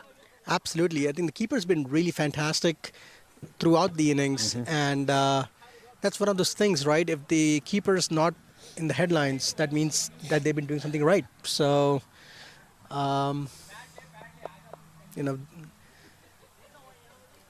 Good last over. I think the captain will be very happy with this.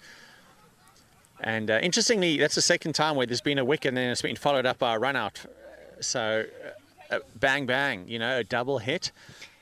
And a little bit of pressure that obviously builds on the new batter. And this is the final delivery of the innings, so Murli just needs to put everything he's got into this last one and make it his best. Young Rich, what will he do with it? He goes big, he goes high. Parth is getting under it. Patel is under it. And a beautiful catch by Parth Patel wraps up the innings. Ayan Khan talking him through. And that's 141 for 7 after 20 overs, and we'll be back a little later with a summary.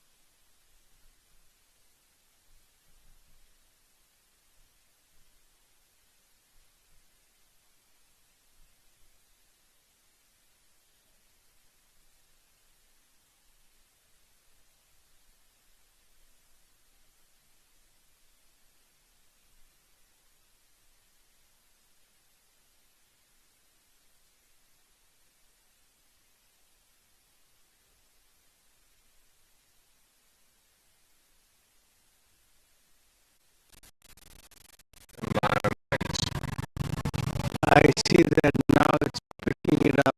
Yep. Okay.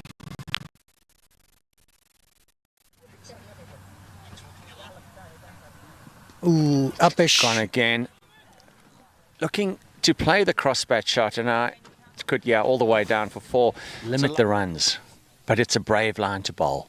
For sure. And this is what happens. If you stray anywhere, even onto the 4th stump, he's going to pull you beautifully. And that's another little nail in the heart of Justin, who dropped him, of course. And hopefully something will click. Could be a catch. There it is. Taken. Well, RJ, you called it. You said keep the pressure and something will click, and absolutely he did. And that's the thing with just the 4 runs off of your 11 balls. This could be a problem. This could be a problem. He's gone. He's short. Dropped his bat. Moved to spin bowling now. That's a spot that you don't want. They will pick that up all day, especially Shine, who's such a quality batter and knows where the boundary is. Yeah, that was just beautifully outside off. Too short. You can see it immediately. Yep, you called it, Peter. Gone. Oh, that's a big one. And I think that's new ball. New ball. Yep. Please. That has gone straight over the boundary, over the bank, and bounced on the road. It's gone high in the air. Is he going to be able to make the leap? No, that is a stunning shot.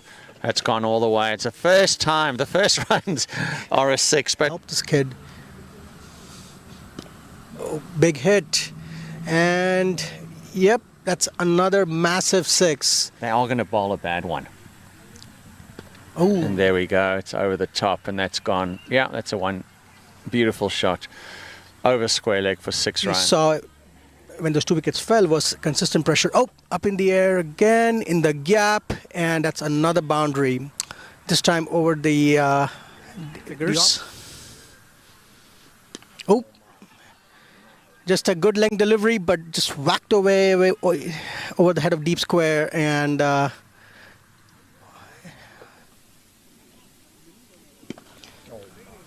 fantastic shot, straight down the ground, and the fielder at long off had absolutely no chance. Just, it was right there to be hit in the slot, and getting some dot balls here and trying to create some amount of pressure. And this is in the air. This could be taken here in the deep. Oh, look at that. Oh, that's a fantastic beautiful piece of effort. fielding. Outstanding fielding. Very well taken there by Captain Dill. This one's gone high in there, but it's going way over our commentary box. And that is a huge one. Nearly collects someone in the crowd, and thankfully everyone. Here we go. Ayan Khan into his next delivery. A bit shorter, could be out. It is indeed. It is indeed. You know, Ayan deserved that again. It's just that pushing it through. He's definitely must be appreciative of that. Oh. He's got him. He's got him, and that's an interesting one. Because 9 or so overs. Here's Murli. Hoiked away in the gap, and the first boundary for the Lone Star Athletics in almost 6 overs. Let's see how Murli ends this. Short again, but did not quite. Oh, what a fabulous catch! Wow, that was a brilliant catch from Parth. The joys of youth, huh? Indeed. Oh, is that? He's given it out. It's a wide delivery and a run out. That's very well played. Make it his best. Young Rich, what will he do with it? He goes big, he goes high. Parth is getting under it. Patel is under it. And a beautiful catch by Parth Patel. Wraps up the innings. Ayan Khan. You're watching the Toyota Minor League Cricket Championship, presented by Sunoco. My son, he's so soft-spoken. Oh, yeah. Everyone says he's so good-looking, and he never forgets to call. Hi, Mom. Born for your true self. The 2022 Tundra. Toyota. Let's go places.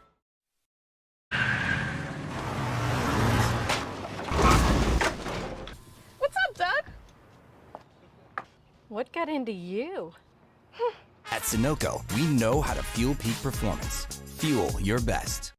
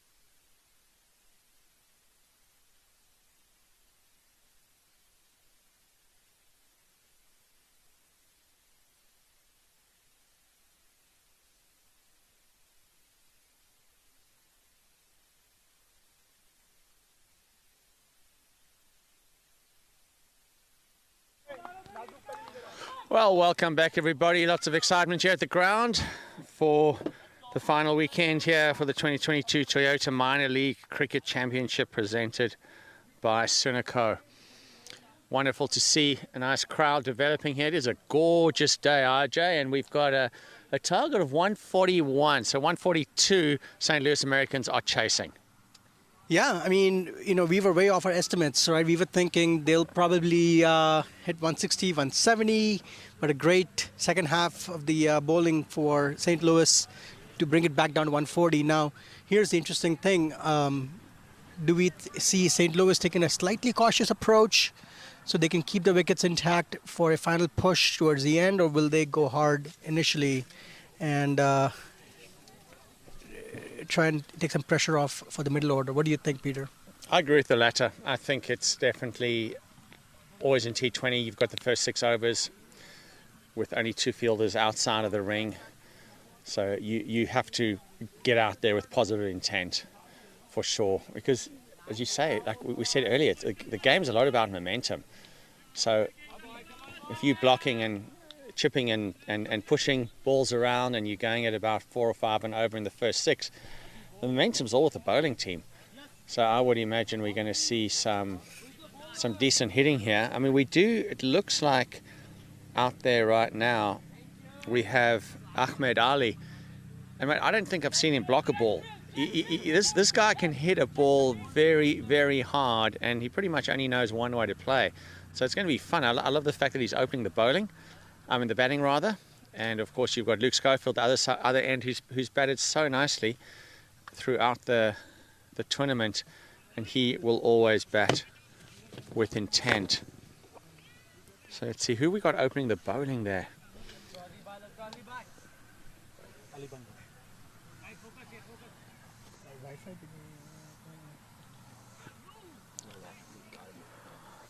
That's wide delivery.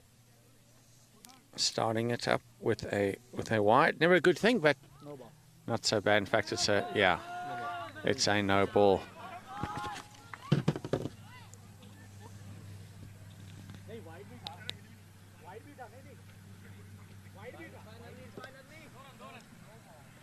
It's a free hit. They'll bowl that again with a free hit. So Ali Bangash had a great start, but it's the first ball. See if he can get this back for his team. Flat batted strike. You've got to be careful with the run out. Amazing how often there's a run out on a free hit, which of course you can't be caught off a free hit or bowled, but you certainly can be run out. Good delivery, just pulled it back short of a length. And Ali not able to get hold of that one.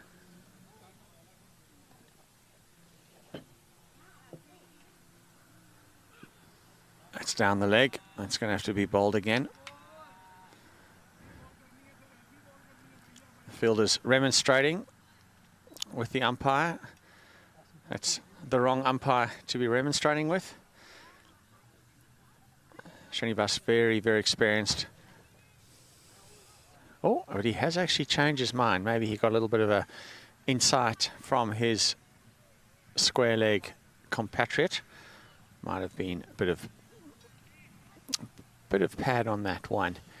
Anyway, an absolutely gorgeous day here. Winds died down, and a low score for Lone Star Athletics to defend. I'm sure they'll be confident they can do the job. Ooh. Ball's coming through nicely.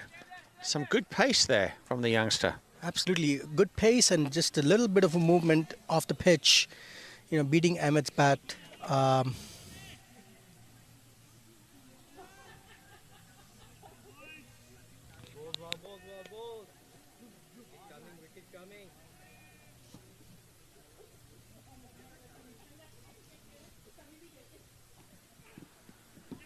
Big effort ball. That could be out. It is indeed. What an unfortunate start for St. Louis Americans. But they looked like there was a plan. That Ali had decided to go for it. Perhaps that was part of the plan. I hope it was. Otherwise, he shouldn't be walking back to his coach. He should be walking towards the car park, getting his car and going home. But I get the sense that with him starting, it seemed like he was out there to get some quick runs. Absolutely, and I think it's the fact that I think he was rushed onto the ball. It was a bit too fast, and it just, caught the edge. He wasn't expecting the ball to be there that quickly, so beaten by the pace, that's for sure.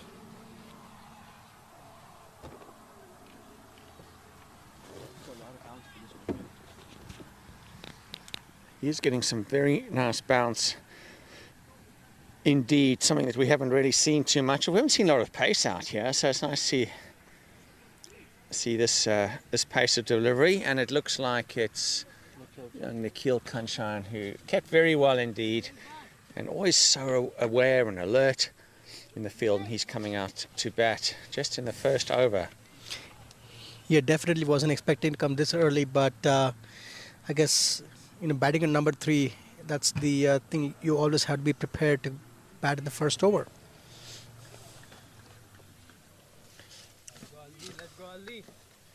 There's a slip-in play now, which I think is a very good call. And let's see if the strategy remains the same. They're still going to push for runs in those first 6 overs.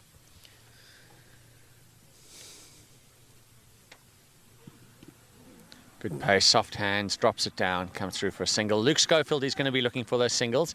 A very, very fit, very strong, very good runner between the wickets.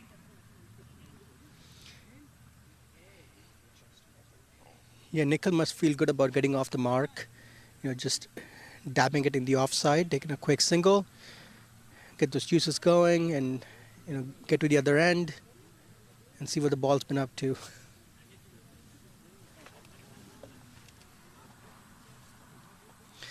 So Luke's been the leading run scorer for the St. Louis Americans, and he's going to try and keep that going and help his team out today. I think it's important after the initial wicket that he gets St. Louis off to a good start. And one of the things that he will like to see is he would love to bat longer. I think he's frustrated himself at getting out when he's really in the groove. So let's see how he goes. Sticking around for a little longer, but that's the first over up just for the 2 runs. 1 wicket down. Took that last corner pretty quick. Sir, I need 1 hand on the roof, 1 hand on the pump. Timeout for Sunoco Go Rewards. Keep pumping. With new Sunoco Go Rewards, when you fuel, you save, because rewards come first.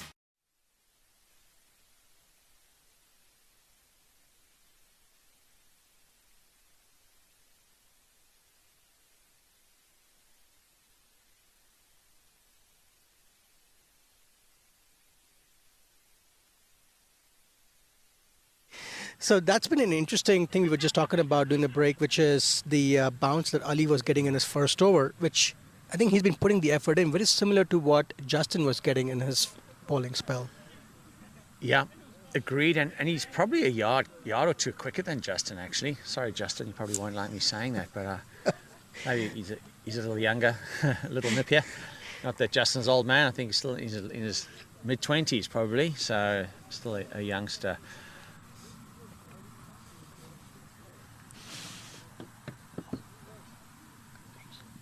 Hamza Khalid coming in second over. Nice whippy action and good running. So critical that they keep looking for those runs. Don't worry, this is a game they don't actually have to win, but with boundaries. In fact, Coach CD said to them at the team talk last night that this game may very well be won in singles. So let's see if that's true. Apparently, Coach CD wasn't very happy with the players when they came off the field.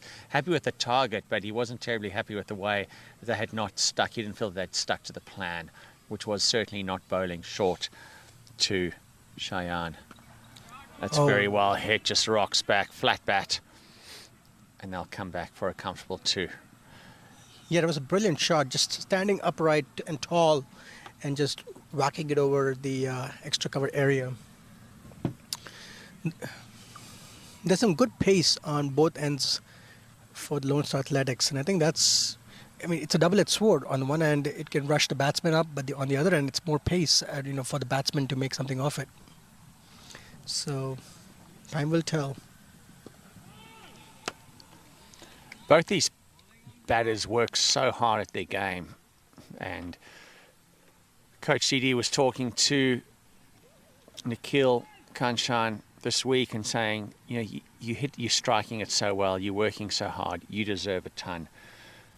So there is something about, you know, effort. When you combine effort and talent, that's when you get a great outcome. So here's hoping.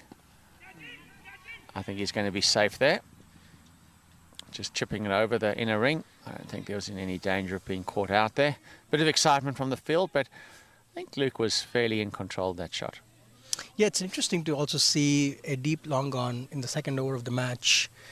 And as I say that, it's being switched around. But yeah, it's definitely interesting strategy to have a deep long on in the second over of the match, which tells me it's going to be a lot of full and straight bowling. So the batsman may want to look at that as an opportunity to improvise a little bit.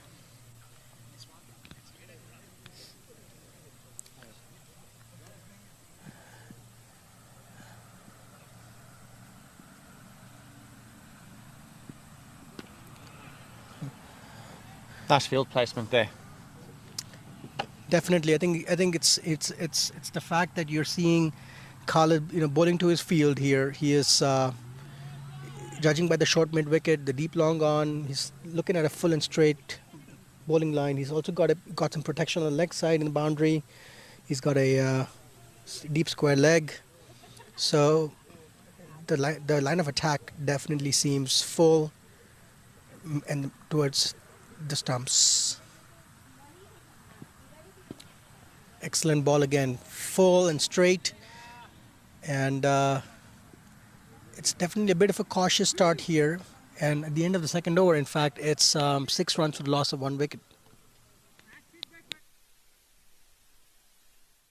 वक्त आ गया है Lakshmi basmati rice को घर लाने का। Lakshmi extra long basmati rice, इसका हर दाना हो इतना लंबा, पकते हुए महके और प्लेट पे क्या खूब खिले।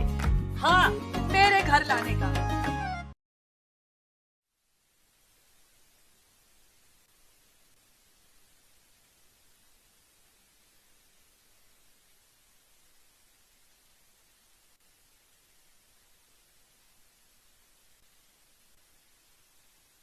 And 18 off of 18 with a few boundaries.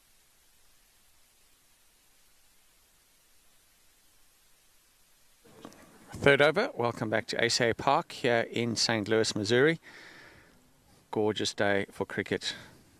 Most days are right for cricket. This one in particular. Absolutely. In fact, there's this nice little gentle breeze going across the ground as well. It was getting a bit humid towards the end of the first innings, but this breeze has really lightened things up quite a bit.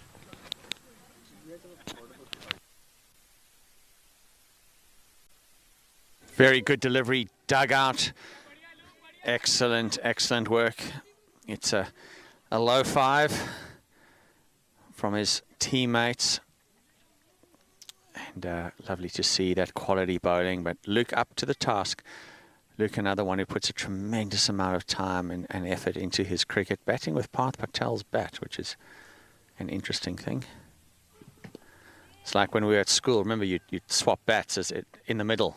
You didn't have your own bat, so when you were out, the next guy, because there were only 2 bats, remember, for the team. Absolutely. So as you walk out, you have to give your bat and sometimes your gloves as well. And the worst thing was some other parts of the protective gear that you'd also swap. But when we were little kids, we were like, you didn't care, did you? You know, you're like, yeah, I need that, and I need that as well. Yeah, and especially with those bats. Oh, isn't that classy? Absolutely. Didn't quite time it, but looked very elegant. One of the more elegant 2 runs you'll ever see scored. Yeah, down on one knee, holding the pose for the camera. Hopefully Jessica Dill, who's always got the camera nearby, got the shot of the down on one knee drive. Luke needs to play a long game today. Absolutely, and it's one of those interesting targets. Oh, lovely timing there. You could just hear the ball hitting the bat. Sweet, sweet timing. Hit the ball in the gap, and the first boundary for the St. Louis Americans. Luke getting a lot of encouragement from his home support here, but that shot definitely, deserved it. It was a beautiful shot, just using the pace of the bowler and just gliding it for a boundary. Yeah, he scored over 300 runs with an average of only 28. Good strike rate, 124. It's decent enough for an opener. High score of 75, and that's why I say I think he'd like to bat deeper today. Effort ball, soft hands into the gap. That's good cricket. Good cricket all around. They could come back for a second. The misfield in the overthrows. Yeah, I was going to say actually that was good.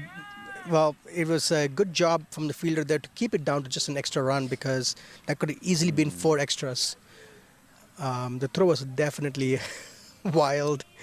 But that's the pressure piece, isn't it? Absolutely. How often a quick single can actually turn into a 2 because of that extra bit of pressure you've put on the fielder.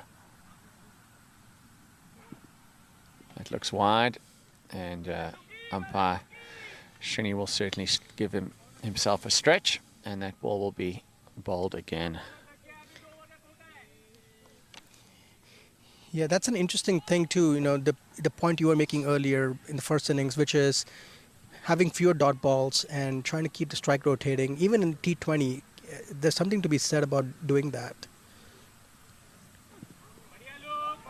Oh, careful here. Batsman looking, Nikhil Kanchan looking for that single. I'm okay with that. And at the end of the over, as our food arrives, 15 for 1 after 3. 1, 2, 3.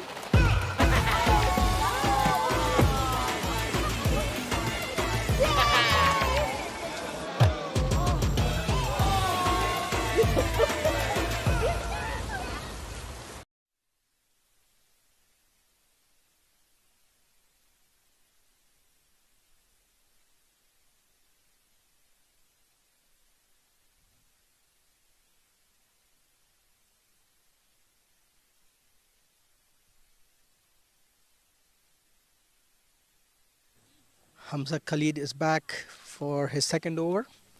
St. Louis 15 for the loss of 1 wicket after 3 overs. Ooh, whipped away to the leg side. Should be just a single. These two have been trying to do a good job of rotating the strike, keeping the singles going, keeping the twos going, and making sure there's not enough pressure being exerted by the Lone Star Athletics.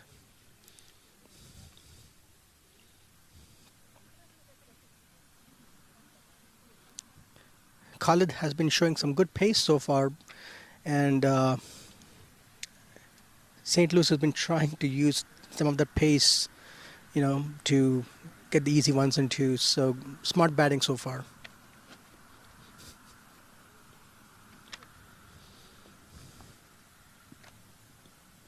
Ooh, beaten there. Luke got a bit of an inside edge.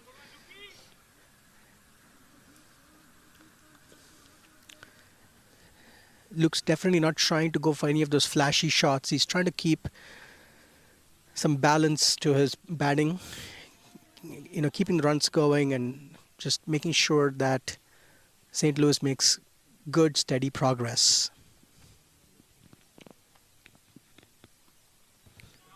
Cut away, and should be at least a couple of runs. Really good batting there. Just a nice, delicate late cut. Use the pace of the bowler. Get an easy couple. Nothing too flashy, just good, solid batting. Taking the 1s and 2s, keeping the scoreboard moving. The run rate isn't still anything great. They're not trying to go for it. They're trying to keep a steady start and then push once they get their eye in.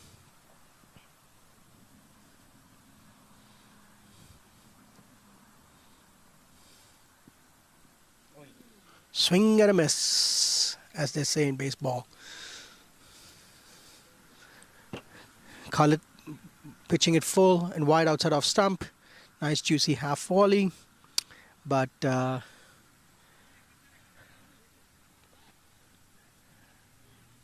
wild swing there from Nikhil.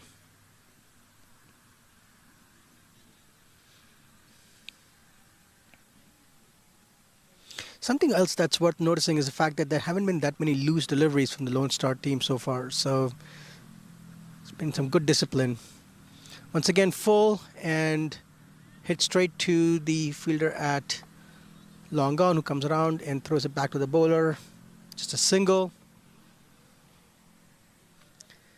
So it's been very disciplined bowling even from the Lone Star team. You know, while we've been talking about St. Louis having a very disciplined approach so far from a batting perspective, I think Lone Star has done a pretty good job with keeping the loose deliveries down to a minimum.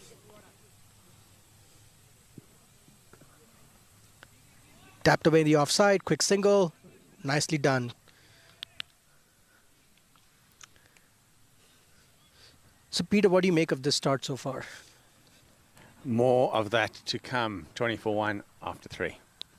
My son. He's so soft-spoken. Oh, yeah. Everyone says he's so good-looking, and he never forgets to call. Hi, Mom. Born for your true self. The 2022 Tundra. Toyota. Let's go places.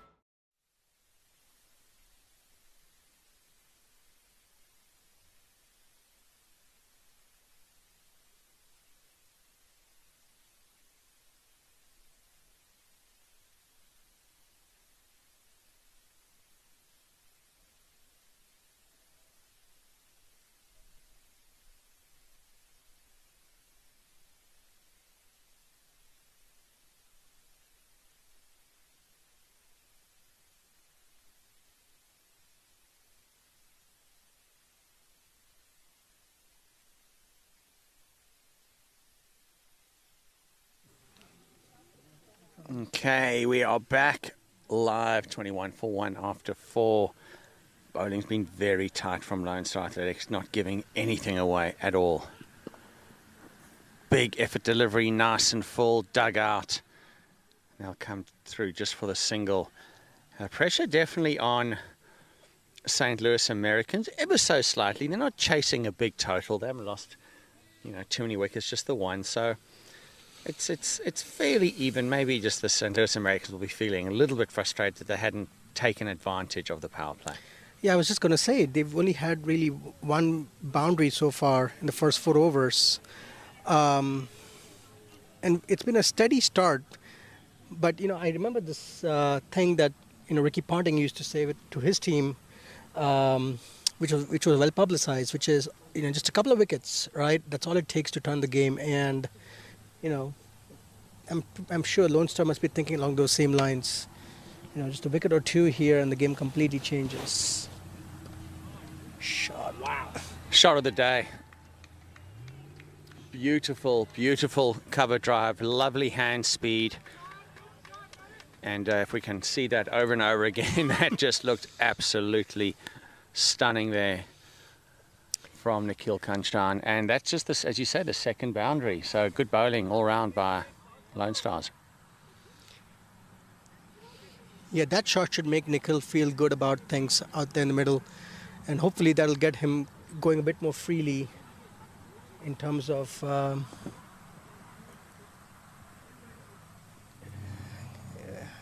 in terms of just getting things going. Nice early call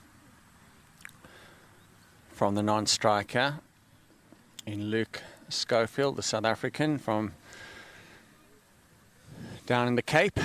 Now makes his home here in the USA. What I love about watching Schofield and his approach to the game is that last year he gave up everything for cricket, and even now when he's back to working full time in the film industry, well, that's very high. It's a one-handed fielder. Well done.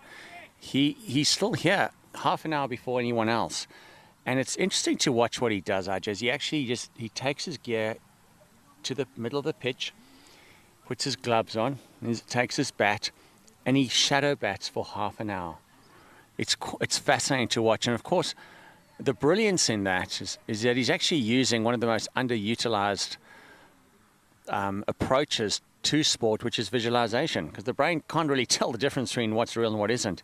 So he spends a lot of time visualizing his innings, and hopefully today we see for him the results of that. But just that extra bit of commitment, and then while he's out here, always supportive, always cheery. Hello to everybody, and just a fine person indeed. Great to have around the club. That's 27 for 1 after 5 overs.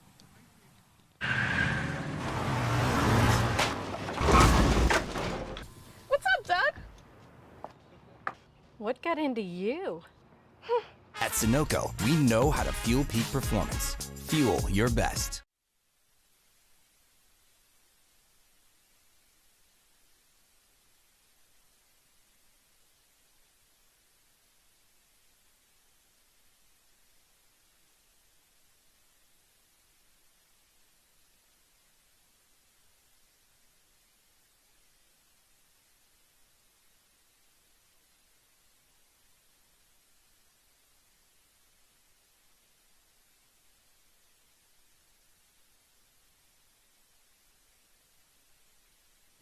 Yeah, just a little bit more on that visualization. As you're saying, Steve Smith does that. I know minus Labuschagne, I think he's super annoying for the people he shares the room with, because he just doesn't stop batting in the mirror. But a lot of the top players do that, and that visualization is so underutilized, and I feel it should really be trained in all cricketers, all athletes really.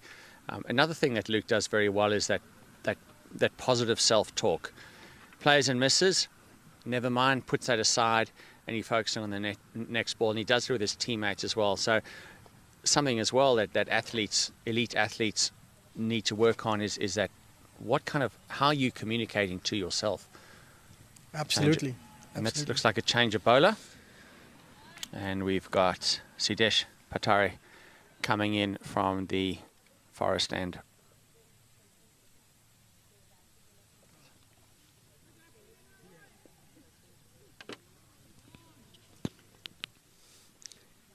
Sidesh with his gentle medium pace here, trying to keep it in line with the stumps, bowl a good length, not give the batsman any room really to expand and free their arms. This seems to be an interesting passage of play here, with neither side really, grabbing the game by its neck, and you almost feel like something's about to give.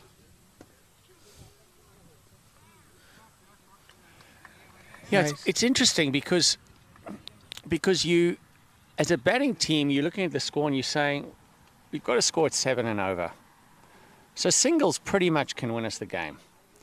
The bowling team are going, typically we'd be okay with singles of 6 runs off and over, but here we're not, because I would think the bowling team, while they're okay with where they are right now, really would like to get a wicket. Absolutely. I think it's all about, the mindset that each team's going to carry, which is, as a bowler, you're thinking, as a bowling team, you're thinking just a wicket or two and the game completely changes because they've kept the scoring under control. As a batting team, you're thinking all about risk management. How do I keep my risks down and keep doing what I'm doing now? So, and as I say that, there's a couple of wides back to back from Sidesh. So he'll try to get his radar sorted out. In a tight game like this, extras can really hurt you in the end. So he'll try to keep that discipline. Good length again, good line. Nikhil not getting a chance to free his arms. And to Peter's point from earlier, Luke giving that positive encouragement to Nikhil. It's okay. We've had a couple of wides.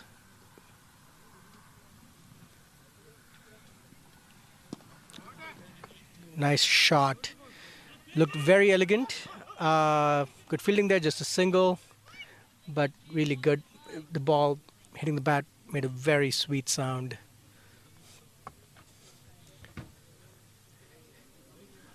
You definitely feel the tension building, don't you? Hasn't been a boundary for a long time. Both batters look quite fine, just taking the 1s and 2s. It's an extravagant shot. Very well fielded. No run. What do we get taught? Never run on a misfield. So good to see, even at this level, Luke, after a stunning shot, slight misfield, but he's not taking the single. That's the end of the 6 over, 32 for 1. वक्त आ गया है Lakshmi basmati rice को घर लाने का। Lakshmi extra long basmati rice, इसका हर दाना हो इतना लंबा, पकते हुए महके और प्लेट पे क्या खूब खिले। हाँ, मेरे घर लाने का।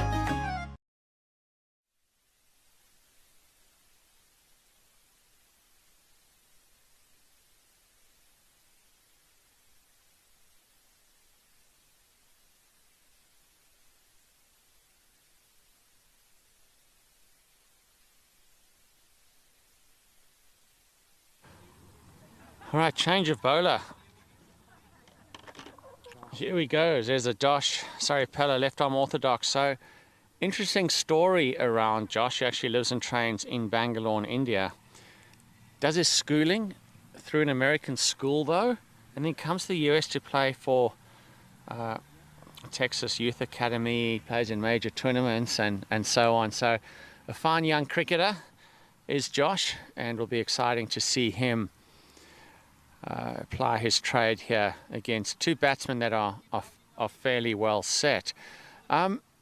What's interesting here is that, is this an opportunity, Jay, for one of the batters to say, we're going to be disruptive? We're going to be disruptive, and one of us is actually now going to play some big shots. We've got some decent batters. We're into the 7th over. We're probably not going to get bowled out. I know cricket's a funny game, but is there someone who's got the courage to go, let's be a little bit disruptive? Or are they going to say, we're going to keep just playing kind of gentle cricket, stick to our plan, and win in the last over? Yeah, I think the way I see it is you have a situation where with St. Louis going at 5 runs and over through the first power play, if the next over or two do not yield much runs, I absolutely think that's what's going to happen. Is one of them is going to take the baton and say, I'm going to go for it, while the other batter holds down the anchor on one end. But if the runs keep coming at the pace that we've been seeing so far, oh, that's going to be tight. Oh, bit of a high throw there. But if the runs keep coming the way they are right now, I don't see batsmen having to change the plans at all whatsoever. Just keep it going, and then if we can need about 8 runs and over in the last 5 overs, I think that's fair game. I think St. Louis would be okay with that.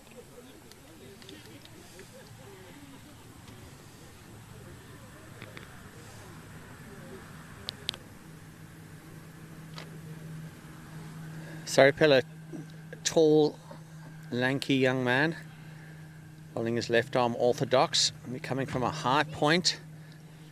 See if that affects the batter at all. Kanchan facing up, high back lift, looped up. That's well struck. It's going to go all the way. He hardly hit that, leant into it. That's a beautiful shot indeed. Lovely to see, just head down, freeing of the arms, nothing over the top, but man, did that ball fly. Absolutely effortless shot. I mean, there was grace and timing on that one, and just glided it over the long off boundary there.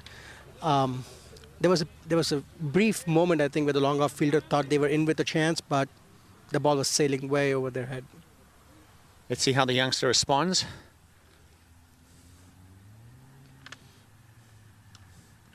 Shorter, quicker, and that's cut away. That's good fielding again. Cut away for just the single. That's some good runs off the over. And St. Louis Americans will be happy with that boundary. We haven't seen one for a while. Absolutely. In fact, I can see already Nichols got a bit of that aggressive mindset now. He seems to be just taking the initiative a little bit. Peter, to your point earlier, not appeal for an LBW, but umpire not budge. It's not willing to budge one bit. Yeah, I think Nichols seems to be showing a bit of that intent, and it's making me wonder if Nichols is going to be that person that's going to really go for it while Luke holds down anchor. Maybe. What do you think? Luke's looking like he wants to do that, but I have watched enough of him to know that eventually he does like to launch. But that's a much better line. Interesting to see if Luke is willing to use his feet at all, because there could be the opportunity for another lofted drive. Just a prod. But again, they got their boundary for the over, and so the singles will be just fine. That's the end of the 7th over, 42 for 1. 1, 2, 3.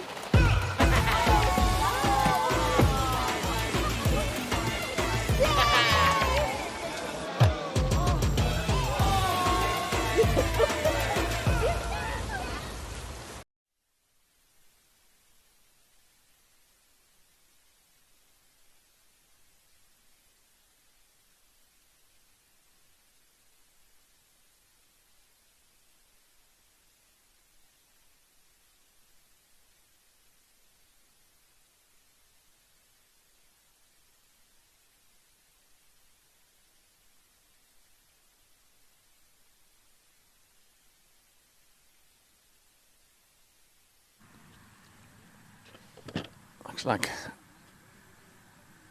Bhavya and Arnav, the 12th and 13th man, running on with the water. I think they got quite good at being the water guys this season, but they do love being around the team and feel that they're learning a lot as youngsters from the older players. More experienced players, talking more experienced players. We have St. Louis Americans' top scorer for the season, or top run getter, should I say, Luke Schofield, still in there. And he'll be facing up to the captain, Patara, with his medium right arm deliveries. A little bit of a break, just making sure there that everyone's set. We've got a lot of boundary riders at the moment, which again is interesting to me, given St. Louis Americans can win this with no boundaries. That's a very quick single, misfield, lovely running. Fielder's head just popped up a little bit, and the little bobble in the hand meant that it was a safe run. Yeah, indeed. And you can see that this sort of aggressive running between wickets is being cheered by the crowd here. That's very supportive of what's happening right now. They're going at about 6 and over. In fact, they're going at exactly 6 and over. And it'll be interesting to see how the next few overs progress. Another slight misfield here. And another single, right? That's been the trend of the innings so far. Yeah, definitely. And it's an interesting setup because, you know, with the St. Louis Americans, if Chicago loses and Michigan loses one or both of their matches against Dallas, the St. Louis Americans can actually pull even on points. Oh, that's over the top. That's a lovely shot. Just rocks back off his back foot. And it's another misfield. Heads are down for the Lone Star. This will be interesting to see. We spoke about in the pre-game the culture of the team. And I always say to teams, what are you like when you're losing? What are you like when you're tired? Because everyone's a winner. Everyone feels awesome and high energy when they're winning. They're on top. They're not tired. But who are you when there's a misfield? Who are you when you're tired? Absolutely. In fact, it's how you pick yourself back up. It's very important. Speaks to your character and speaks to your mental strength. Oh, just punches it through. Oh, Nikhil is so quick, isn't he?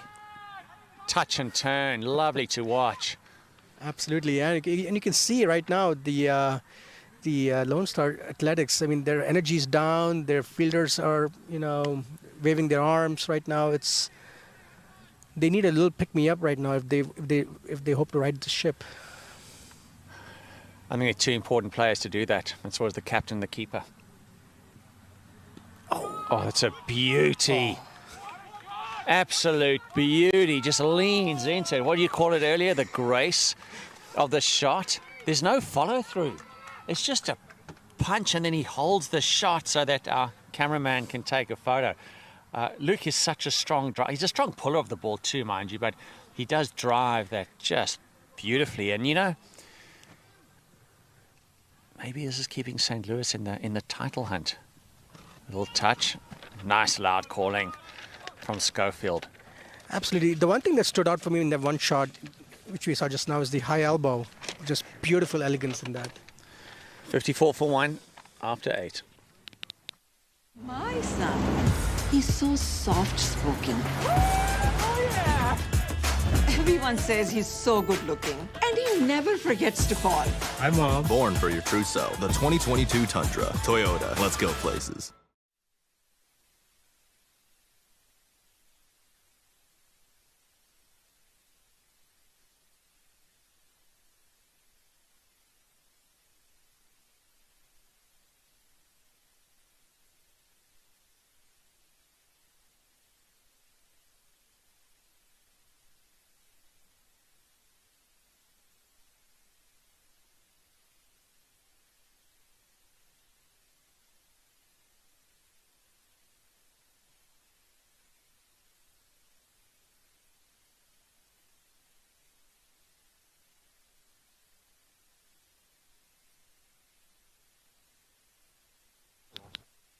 Nitish Kumar into the attack. Apologies for a bit of the sound here, but the wind's picked up a little bit coming across from the car park.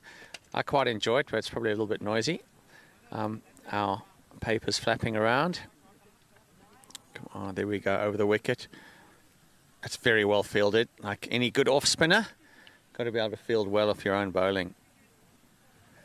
Absolutely, and it's going to be an interesting thing with Nitish Kumar with his off spin. If he can try to get the ball to go straight on, because with the ball spinning in, it should help both the right-handed batsmen. But if the ball starts to spin away with the dusra, that could get very interesting. 2 dot balls back to back. Let's see how Nikhil recovers from that. Cut away. Didn't he give himself some lovely space to hit it through the off, and the sweeper picks it up. Interesting piece here now is that Nikhil Kanchan is running a lot of great singles and twos. Hands on hips. He goes down and haunches a few times. He has kept for 20 overs as well. So he's going to be feeling it. That short, that's gone. That should be... I didn't quite time it. Typically, Luke would be smashing that onto the road. I didn't quite get hold of it, and that's just the one run. Kanchan down on his haunches again. He's going to have to really dig deep here and bat smart. Absolutely. It's going to be a good test of Nikhil's stamina and fitness levels. But he looks to be really busy right now, moving his feet quite a bit, making room for himself, rotating the strike, and that's really all they have to do at this point. They're maintaining almost an average of 7 runs and over, and if they can keep this going, these two should be able to take St. Louis home. There's Ajay calling it really early in the 9th over that these two guys are going to be around to bring it home. Let's see. I know that St. Louis Americans would really enjoy to see both of these players batting deep. We've got some good finishes in this team, they'll say. But those guys sitting under the covers will be saying, but just, you know what? Set us up. Set us up for us to come finish it off. End of the over, 57 for 1 after 9.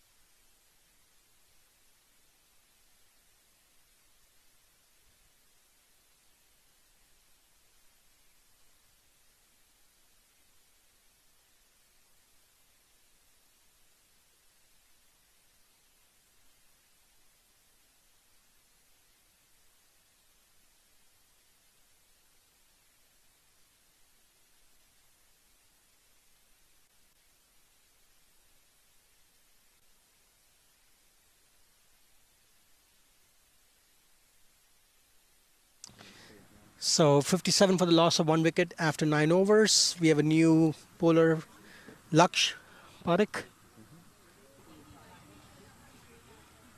Ajay, I've been a bit disappointed with the service here today. I think we've had 1 chai tea offering.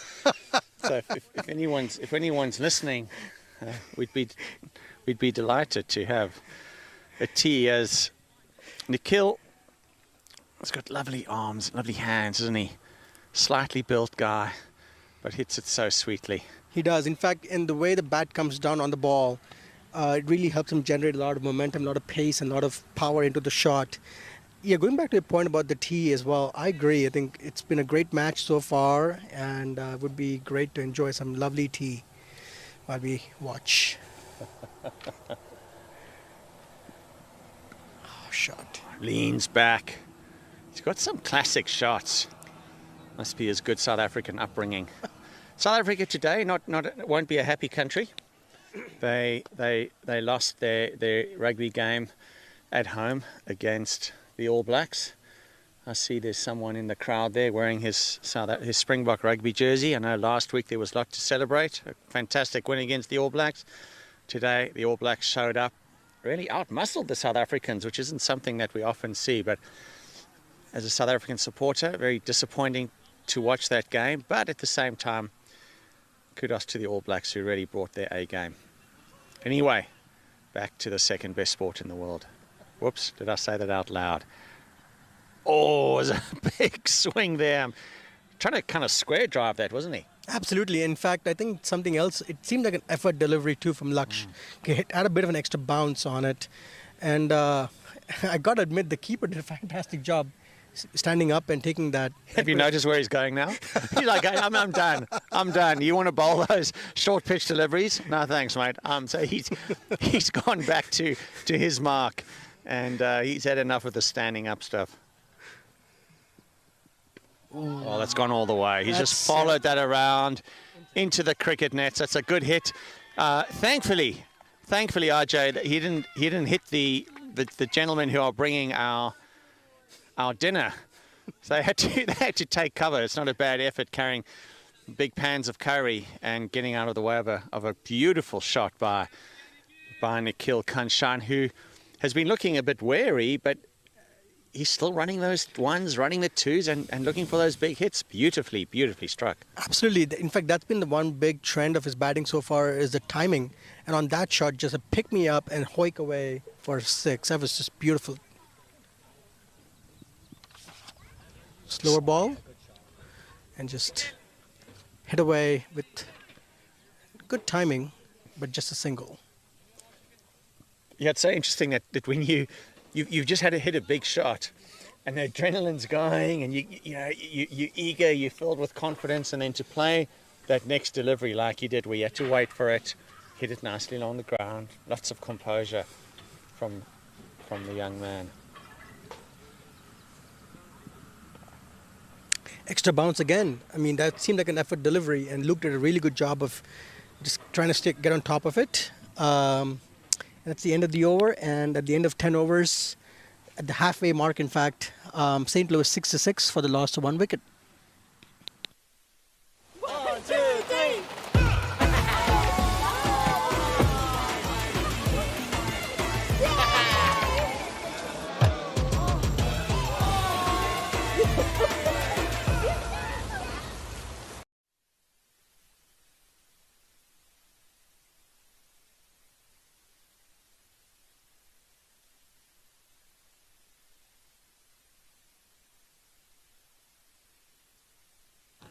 Back live. Ajay, a few stats. I think strike rate's probably a touch over 100 for both batters. Absolutely, and in fact, I think they've done a really good job of managing this target. I mean, they don't have to go for the big runs. They don't have to go for the big hits. So just slow and steady and manage your risks better, and you can really be primed for a push towards the end. Nice wristy drive. Yeah, I think the other piece of this is going to be how the off-spinner Nitish Kumar bowls, because he gave away only 3 runs in his first over. And, overthrows. So just a slight sloppiness in the field again from the Lone Star Athletics. But yeah, I think it's going to be interesting to see how they go about attacking Nitish Kumar and seeing if they can cash in on the spinners here. Flicked away beautifully. Just a single. You know, something I'm not a fan of is the remonstrating, the hands flapping around the air when there's a misfield or a misthrow. It's unhelpful. I mean, there's nothing helpful about that at all. Players know they've made a mistake. They know they need to be better. What they need is support and encouragement at that time. Oh. That's very well hit, comfortably hit into the space. Oh. Excellent effort in the deep, but to no avail. Reacted a little bit late to that, and it's gone for a 1 bounce 4. Good to see some applause from the captain, applauding the great effort by his teammate out there in the deep. Yeah, and Luke's playing a very steady hand here. I mean, he is... Is that like steady hand, Luke? That sounds like a Western, RJ. Sorry to interrupt. Please continue. Not at all. Yeah, it's been a very steady approach from Luke. He's not trying to hit those expansive shots. He's taking very measured approach, low-risk shots, and that's the name of the game right now. And I do stand by my prediction. I think these two are going to see the St. Louis team home. It's a very mature approach by these batters. Absolutely. I mean, you could easily be tempted to fall for the approach of just going bang bang in a T20 match, but when the target isn't that high, it's makes sense to take a sensible approach. It's very well struck. They'll probably just have the one, but neatly timed. Yeah, sometimes when you see the low score, unless you've got a Chris Gale, he just goes hard there and smashes a quick 100 and the game's over in 8 overs. This is a good approach. They haven't, and we were concerned about it earlier, they haven't dug themselves into a hole where they've chipped away at 3-4 runs and over. They're still going at the right amount of clicks. Full toss. That could be all the way or it could be out. It is out. Most unfortunate. The ball was there to be hit. Let's see. Poor Luke Schofield trudges back. Again, I guess if you're going to hit the ball in the air, you do have to place your shot as well. But it's a game of inches. An extra few inches, it would have been 6, and he would have been a hero. Yeah, it was interesting to see Luke go for it, especially with the fact that he'd already had a boundary in this over. Yeah, now he's making the lone walk back to the dugout. I guess a commentator's curse here really kicked in. But I think St. Louis is still in a very good position, being 75 for the loss of 2 wickets. They have a healthy run rate. They still have 8 wickets in hand, and St. Louis should still feel pretty good about their current position in the game. Yeah, beautiful catch on the boundary, wasn't it? Very well taken by Sheikh. Kumar gets his wicket, and that's Schofield just devastated. He again, look at that score, 34. He's been batting for 10 overs. He really wanted to see this through, and so he should have. And he goes out 34 runs off 30 balls, 4 fours, strike rate of 113. So he's really anchored the innings beautifully here, and I think he set it up nicely for his team. And now we have Trayvon Griffith, who got a gorgeous first baller last couple of weekends ago. Big in-swinging Yorker, absolutely nothing he could do about it. It's one of those days where you go, okay, yeah, that's just a good ball. No issues there. And he certainly can bat, and he will love to take it to the Lone Star Athletics. I can't see him taking too many singles. And it brings up an excellent point too, by the way, Peter, that you said earlier about this being a batter's game. But from a batsman's perspective, all it takes is one mistake, and you're back in the dugout. Bowlers can make mistakes and still come back. But as a batsman, that's all it takes is one little mistake or one really good delivery. But let's see what happens with Nicholls' approach now that Luke's wicket just fell.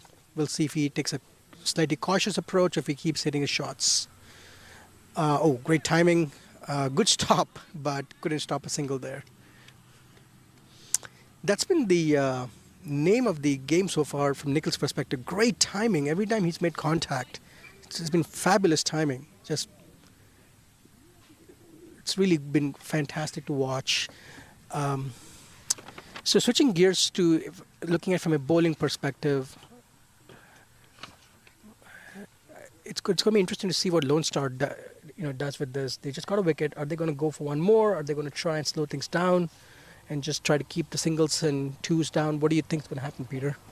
Yeah, it's an interesting situation, isn't it? I feel a little bit like Lone Star are waiting for something to happen.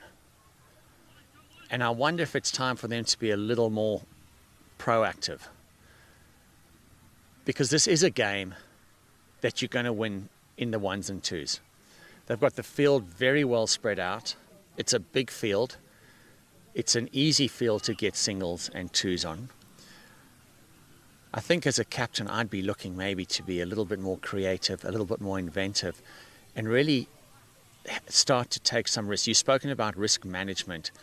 This is a time where you may have to throw the risk policy out the door and try something a little different.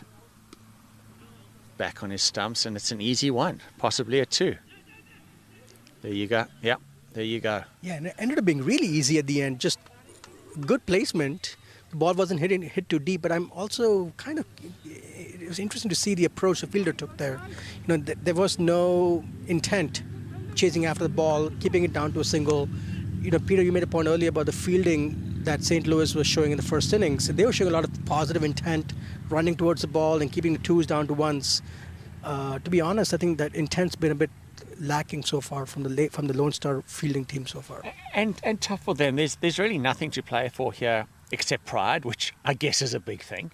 But in terms of their season's over. I mean, St. Louis Americans still have that outside chance of sneaking into the playoffs. But again, there you go. You know, it's the singles and even the twos are a little too easy. I really think that Lone Star Athletics have to make some inventive decisions here, some courageous decisions. Yeah, would it make sense now to just bring the field in a bit? You know, you got all these boundary riders. Let's create some opportunities to get some wickets.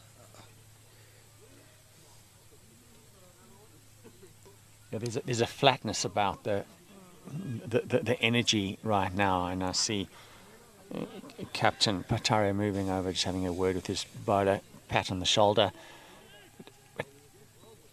They have to take the risks. St. Louis Americans don't have to take any risk whatsoever. They can just keep chipping along, 6, 7 and over, no issues, no risk. Yep.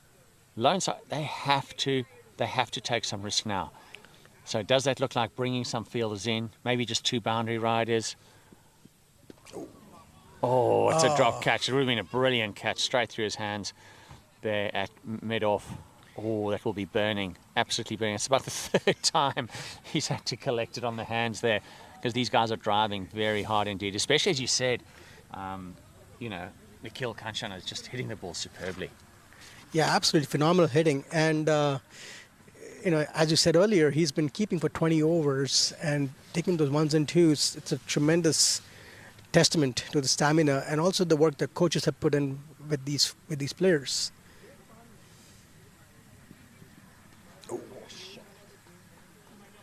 Another excellent cut, but just a single, just great timing. Just the ball seems to be flying off of Nikhil's bat today. It's the end of the over, 82 for 3 after 12.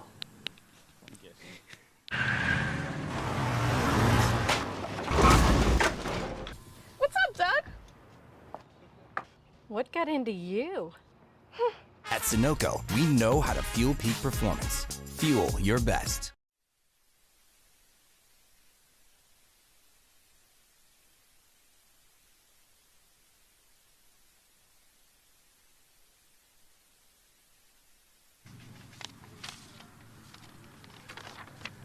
of 48. 60 of 48 deliveries. Trayvon Griffith, last season for Empire State Titans, batted very well, 566 runs. He's a top batter in the conference, in the Atlantic Conference, an average of 37.7, so this guy can bat. Talk about inventive, talking about risk-taking. What do you think about that?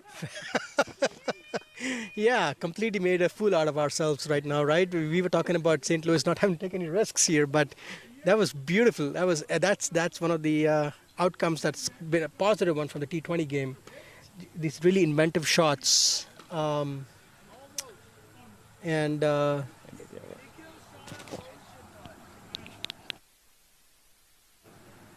think I called it. I thought the last ball was the end of the over. It was. Oh. But then they had one more. I wonder if they were changing because of the left-hander. Wow. And so I missed that. Never mind. Me too. I've been doing everything. I got it. He's very good for the first 20 overs. I haven't missed anything yet.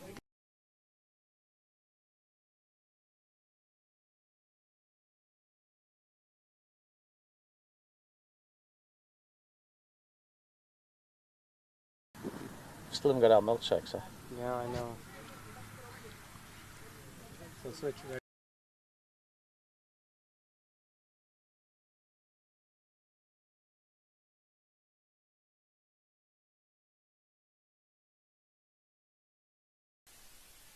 On the grounds, but it's going to be fine. They're going to come back with 2. Griffin very quick. Could this be an overthrow? No. Another 2. Yeah. Very impressed with Nikhil Kanchan, his fitness, his energy, his intent. A lot of this is about courage as well. When you've been keeping for 20 overs and now you come in the first over.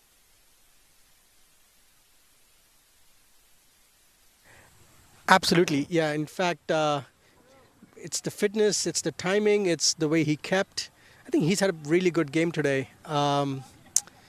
And I'm sure he would like to be there till the end and see his team through. But 44 runs for the wicketkeeper batsman, and his coach did tell him this week that he deserved 100 because of the effort and the way he was timing the ball, and we are actually seeing that quite clearly today. Let's see if Griffith can stick around for him. Help him through to his 50.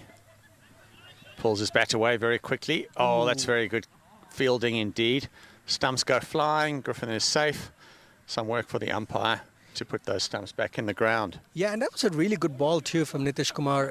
It just pitched in line and just moved away, spun away a little bit.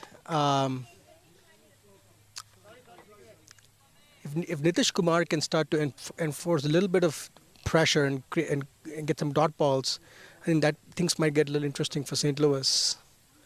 They haven't really had to deal with a lot of pressure in the innings so far. So, the Lone Star team would be really hoping that Nitish Kumar can start to exert some of that with some dot balls. Oh, one bounce. That's going to roll over. And again, I just, not happy here with with Trayvon Griffith, who's ignoring our commentary earlier when we recommended that the St. Louis Americans actually didn't need to take any risk, and he's ramped one over square leg, and he's almost reverse pulled that one for a 4. Careful, nearly a leading edge there. Yeah, and that's probably what he's trying to do here is also send a message that, that if the Lone Star team isn't going to get aggressive here, St. Louis is going to and take the game and maybe wrap it up soon. He's got the game to make it happen too. Oh, that's outstanding running. There was no ways that it was a 2 there. Yeah. Lone Star really, I know there was a slip, but they have to pick up their energy here if they're going to compete in this game. But they are already looking like they've lost a lot of energy. So it's the end of the over. Yeah. And that's 95 for 2 after 13. Took that last corner pretty quick. Sir, I need one hand on the roof, one hand on the pump.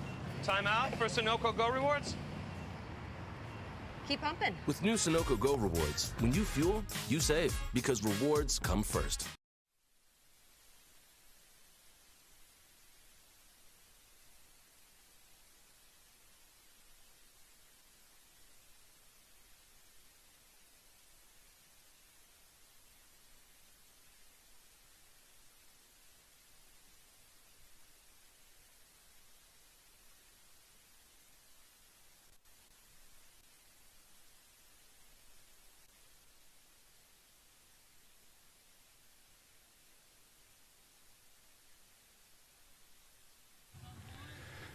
Trayvon is just such a wonderful addition to St. Louis Americans, bringing great energy, great skill set. Fielded beautifully, didn't he? He absolutely did, and that's one of the big differences we've seen so far is the routes that the fielders have taken towards the ball, keeping the 2s down to 1s, and we've kind of not seen that much from the Lone Star team. They must really be looking to pump that energy level up a bit.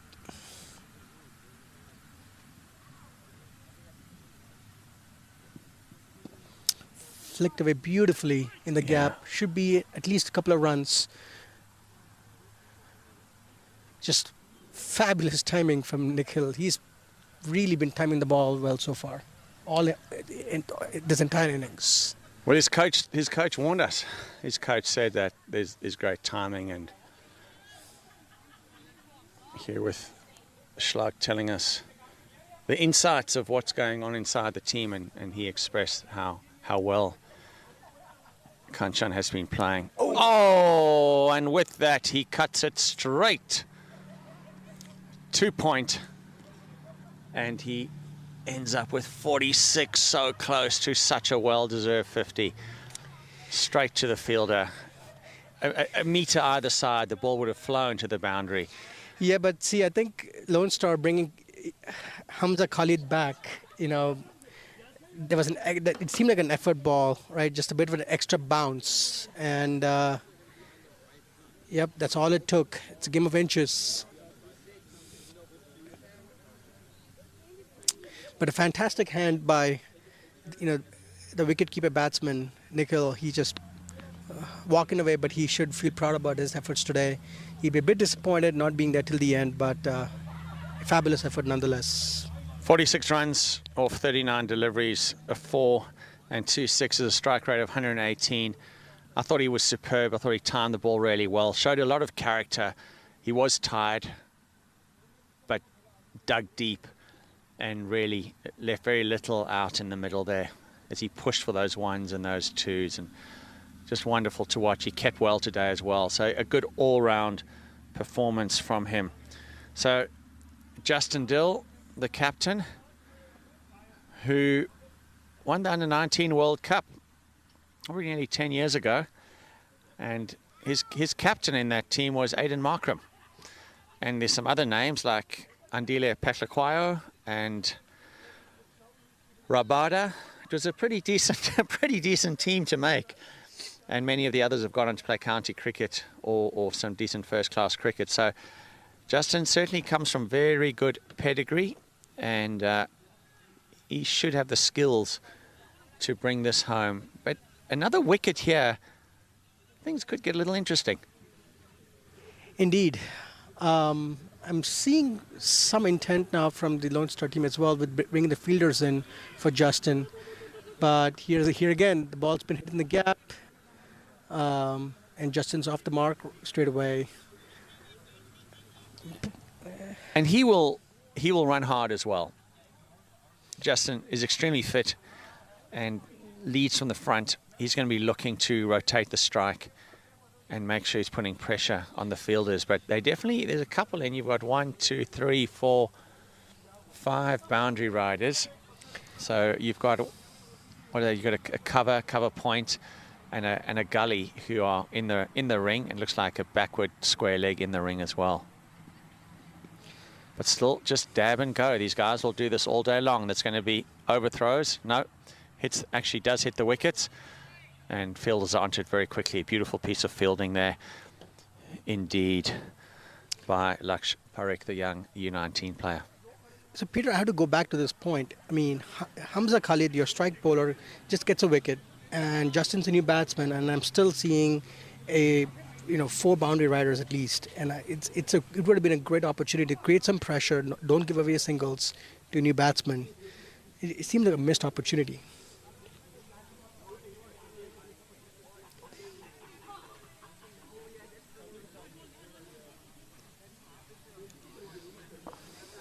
Yeah, still got the 3, 4. Yeah, still the four boundary riders.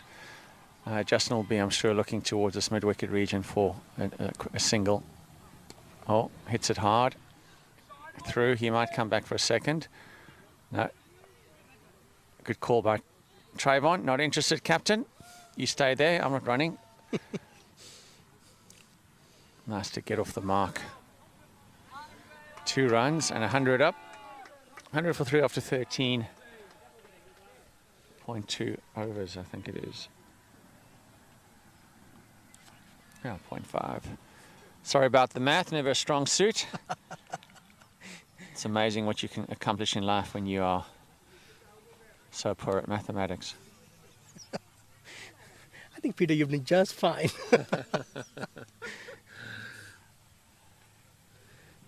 Last ball of the over. Oh, wide down, way down the leg side. Trayvon going for a wild hoik.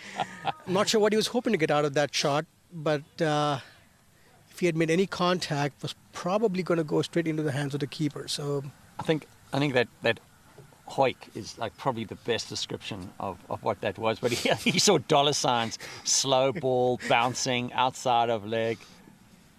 Oh, he hit that very well indeed. That's a 4 runs. Stunning shot. Open up the face of the bat, leant into it. He is such an exciting player to watch. End of the over, 105 for 3 after 14.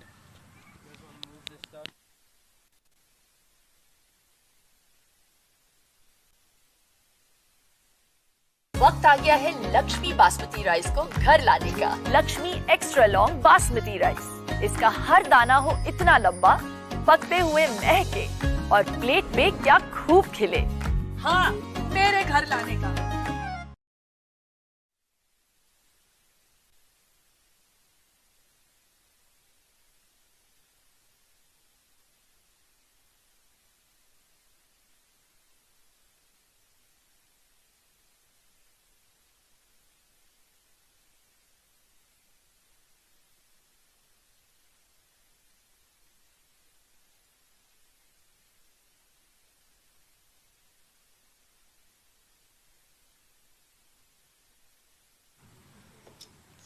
Making some adjustments here to our commentary position.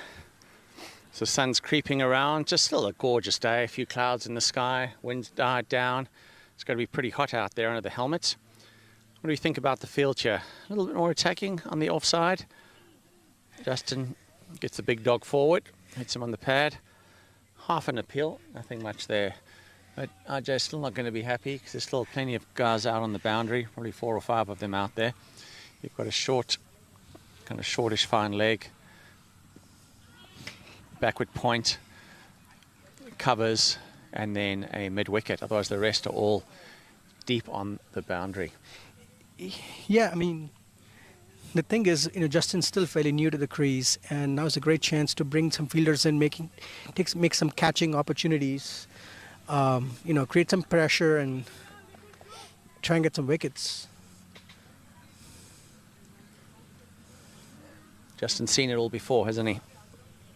He knows exactly how to play this out. Not like that. Not like that. That is the second time I've put the commentator's curse. Justin is absolutely furious with themselves, like catching practice out there. Hit it straight to the fielder. It was a full toss, driven straight to extra cover, and he's gone, and things are going to get a little bit interesting, I think, now. For sure. I think it's going to be, I think, down to Trayvon to make sure he stays till the end, because with wickets falling, you never know, right? Where there's one, there could be 2 more, and suddenly everything changes. And you can see that, right, with the bottom hand just coming off the bat there. Yeah, nothing shot. Unfortunately, Justin's so disappointed with himself. He takes such pride in being the professional, in leading the team, and to go out in a very soft way at the end of the day will be disappointing for him. He'll be back in the pavilion there and head down, but he'll be there to cheer on his team and hopefully bring it home. So Sudhanshu coming out to bat. Good batsman, good head on his shoulders. Hopefully, Ajay, we keep talking about someone being there until the end, and one of the dangers, and I think, Shlok, you might agree with this, is that the collapses that we see, unfortunately, just too often through the season. Yeah, you've seen a lot of the games, so it's these mid-game collapses, middle order collapses, and that just has put so much pressure on trying to finish the game with a win. Absolutely. And I think something also has to be said to the fact that, this is Nitish Kumar's last over. He's got 1 more ball left in his spell. If St. Louis can see him out, right, I think their approach will then be, from a risk management perspective, who can I target, right, get some runs, and bring down the target even lower. They still need another 36 runs in 30 deliveries. So again, the required run rate is very manageable. It's just about how they can keep their heads and safely take it home.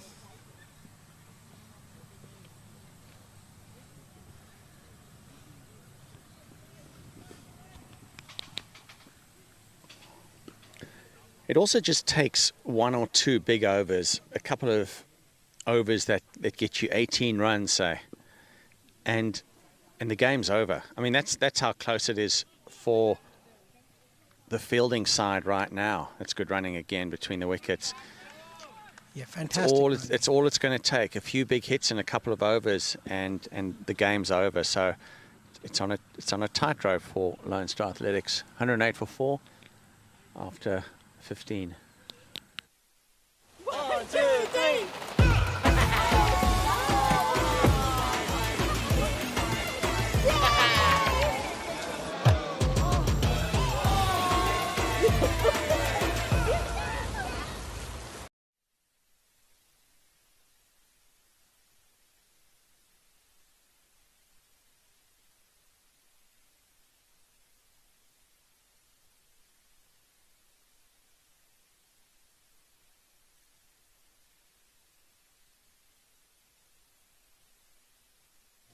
Here we go. Back live action. And Captain Sidesh is going to be bowling his third over at this stage. That looks like it. Yeah. Absolutely. Yeah, I think they fully expect him to finish his quota of 4 overs. He's been a touch expensive with 17 runs in 2 overs, but these next 2 overs from him will really dictate how this game goes for his team.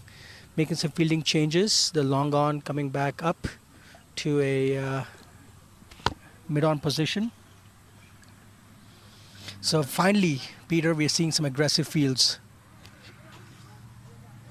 Yes, we are. It feels better. Although St. Louis Americans have hit 2 straight opportunities, so maybe they don't need to be more aggressive. But I do prefer this, I would have liked to see it a lot earlier in the game. Absolutely, just if not anything else, the fielders can create more pressure in keeping them in getting some dot balls, where they were getting easy 1s and 2s before. So Trayvon having a word as well, just helping the other batsmen stay cool and calm. This game is not out of reach yet. Lofted away, beautiful shot. Absolutely. That's actually a really fine shot because it's airborne, but it went in the gap. It literally sliced the fielders in 2, didn't it? And that's what the last 2 batters haven't done. They've hit it straight to fielders. Luke Schofield, literally, the fielder did not move, straight down his throat. So, 3 very straightforward catching opportunities, and that's good cricket. Split the fielders in half. And it wasn't that short of a ball to begin with, so he really anticipated that length and just rocked on his back foot. Just beautiful shot.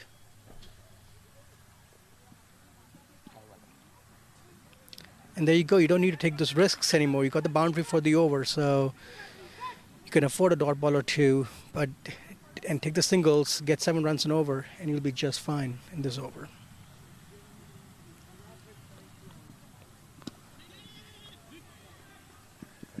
Nice early call. I think as the coach, you would want them to wrap this up in the 18th or 19th over.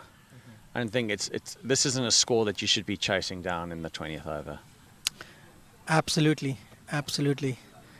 But from a Lone Star perspective, I think what they'll be hoping for is a few more dot balls here, right? And just create enough separation between the runs required and the balls left to go. Sidesh making some more changes. Fielder at deep point, just moving squarer.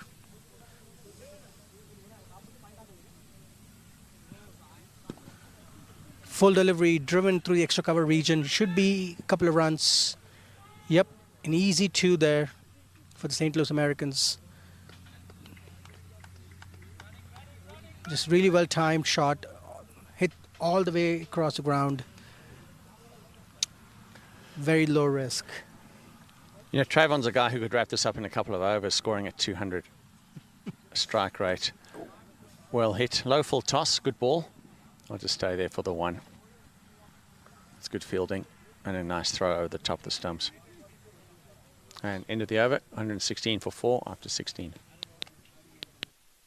My son, he's so soft-spoken. Oh, yeah. Everyone Everyone says he's so good looking. And he never forgets to call. Hi, Mom. Born for your true self. The 2022 Tundra. Toyota. Let's go places.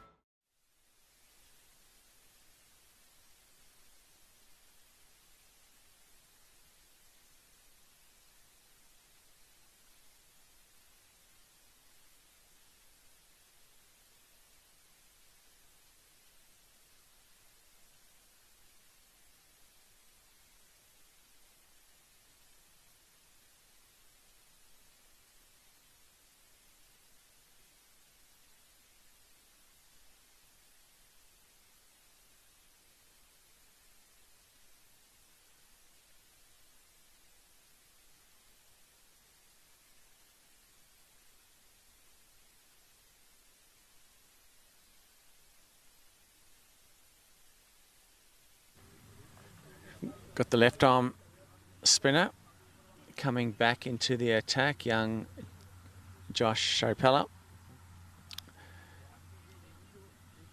who lives out in India and studies through an American school in Texas, I believe. And does a fair bit of travelling. His air miles must be pretty decent as he comes out here for cricket. But he certainly is a talent, and was run out without facing a ball, I think, today. Will be eager to make amends. And interestingly, he's only bowled 1 over so far. So I'm surprised as to how underutilized he's been today. Oh, there's so much space, isn't there? Lots. There's so much space in the field. You know, at the end of the game, the captain may be coming to us, you know, Patara, and say, don't worry, guys, I had it. I had a plan. Whereas you and I are saying, dude, come on. More pressure, take some risks. Put people into catching positions. Bring more players into that inner circle. Force St. Louis Americans to hit through, to hit over. Well, Peter, I think they may be... nope, never mind. I just thought they were pulling fielders in, but I still see a fairly spread out field. In the 17th over.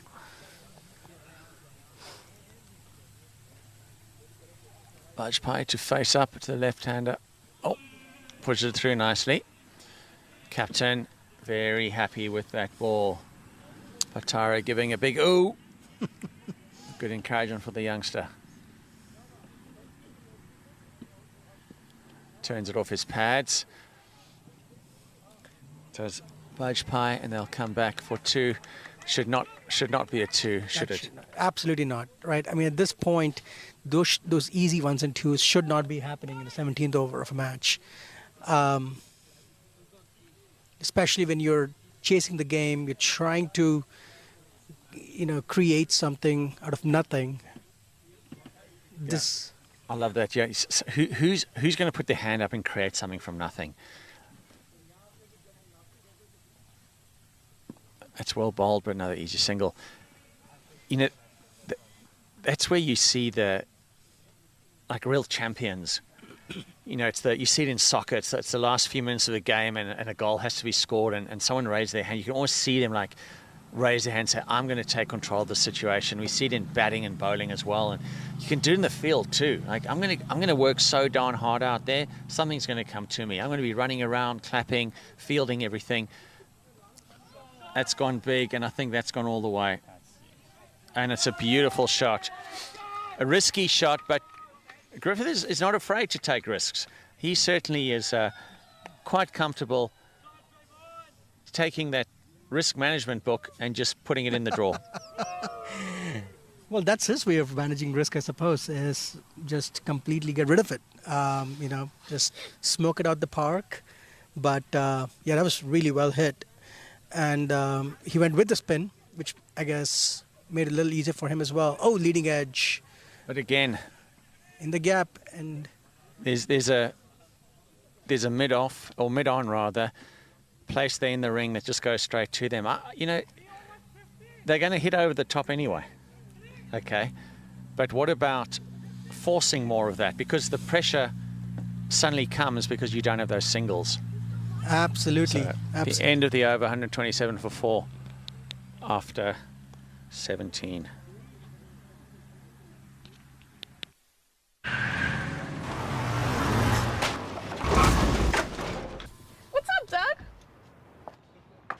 What got into you? At Sunoco, we know how to fuel peak performance. Fuel your best.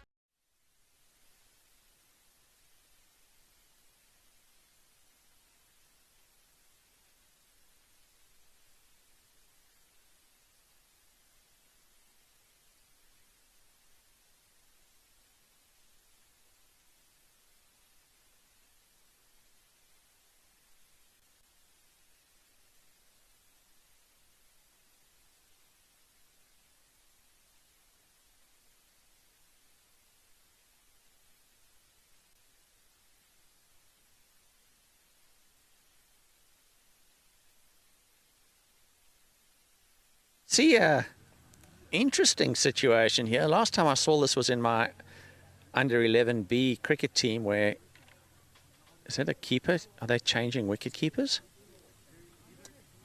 Sure does seem that way. He is coming to bowl. That's interesting. So bring your keeper in to bowl at the death. There must be something. There must be something about Jahangir that we don't know. Maybe he's got an amazing googly. Has he got the flipper, the mystery ball? Let's see what he's got. I mean, he had a great day with the bat. Maybe, you know, just... I mean, he had a great day with the bat, so maybe it's his chance to roll his golden arm today and get a hat trick. It's his day. He did bat beautifully. He's kept well too. Looks like he's going to bowl some offies. Is it? A little, some finger spin.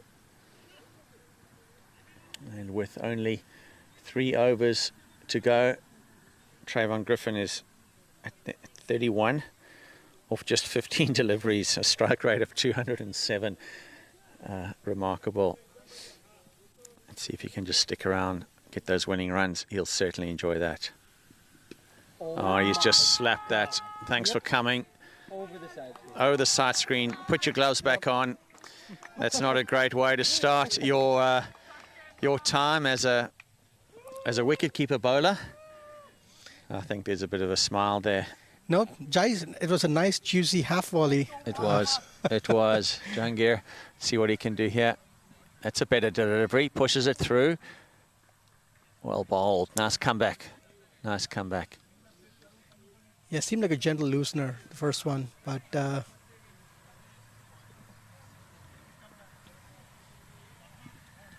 ooh.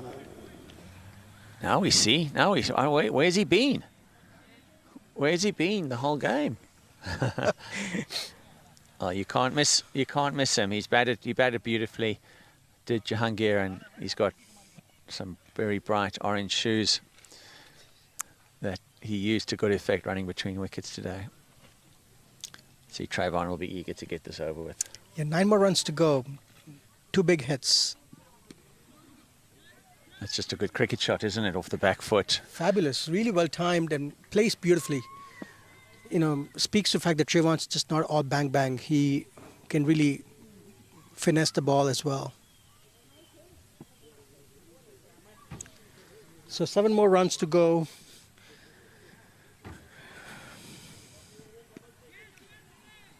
Slightly airborne, but looks like it's going to go all the way. Yeah. Yeah, beautifully cut away. Backward a point, just rocked back on his back foot and just cut away. Gorgeous shot. Coach CD will be happy with this, not wanting to finish the game in the 20th over, and they are now 139. So just three runs away from victory. That's the one. Will they come back for a second? They are. They're going to chance the arm. Scores are level. Scores are level. Again, not a few remonstrations again. The field, never helpful. But it's been a long day in the field for Lone Star, and they're coming to the final over. I think for them, 141, scores are level. Took that last corner pretty quick. Sir, I need 1 hand on the roof, 1 hand on the pump. Timeout for Sunoco Go Rewards. Keep pumping. With new Sunoco Go Rewards, when you fuel, you save, because rewards come first.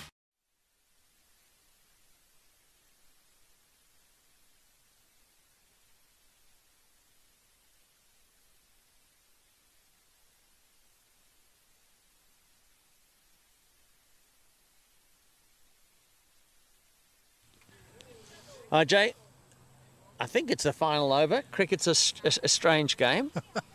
Zach, is that the captain back on?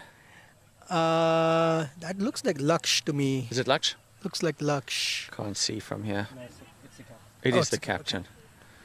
Okay. Fielders. Now the fielders are in the ring. Let's see what happens. Bye. And the game ends in a bye. Game over. Congratulations to St. Louis Americans, winning by 6 wickets.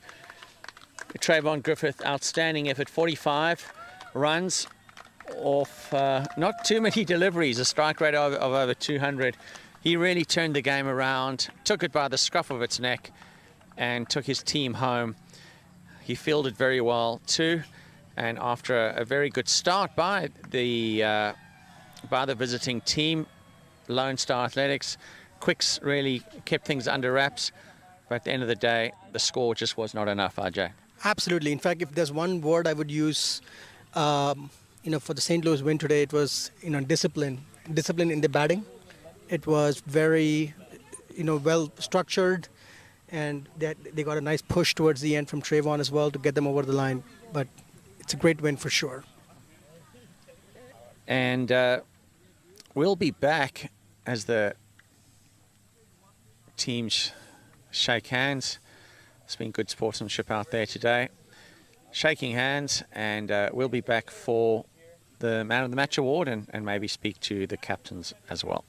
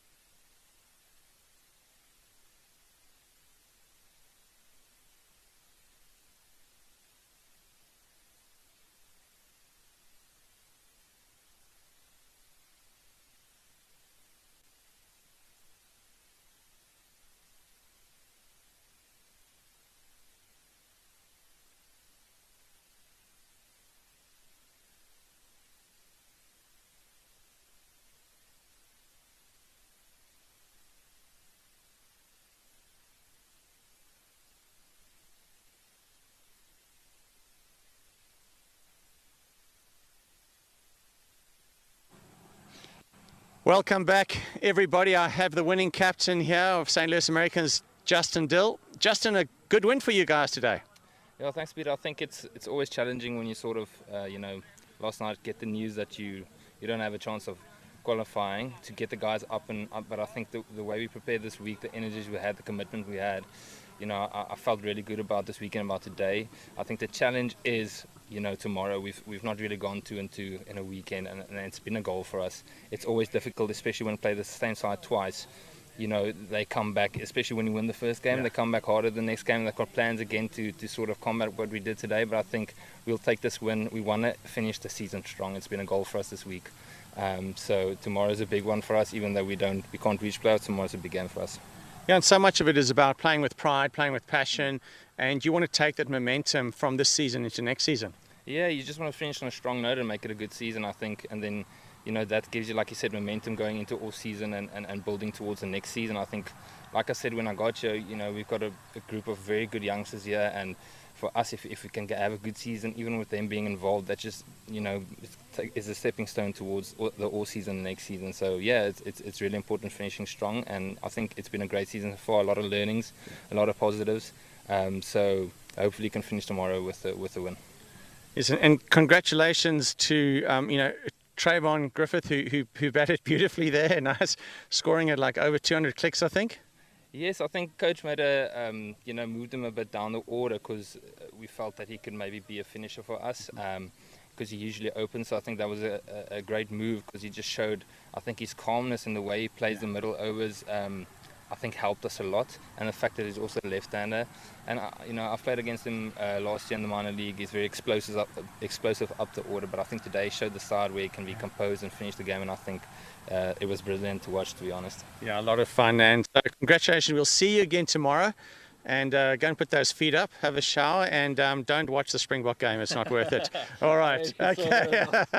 Take care. Bringing the man of the match, Ayan Khan. Ayan, come and join us here. I know RJ's got a couple of questions for you as well, but we're making a habit of giving you a man of the match. Every time I commentate, I'm giving you a check. I saw you in the morning, motivation.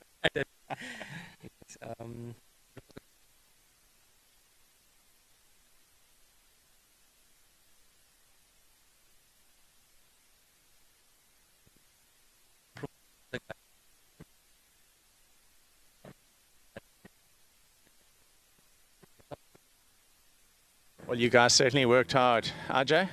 So after those first 2 overs, what was your mindset? You had 2 maidens in the first 2 overs and a wicket.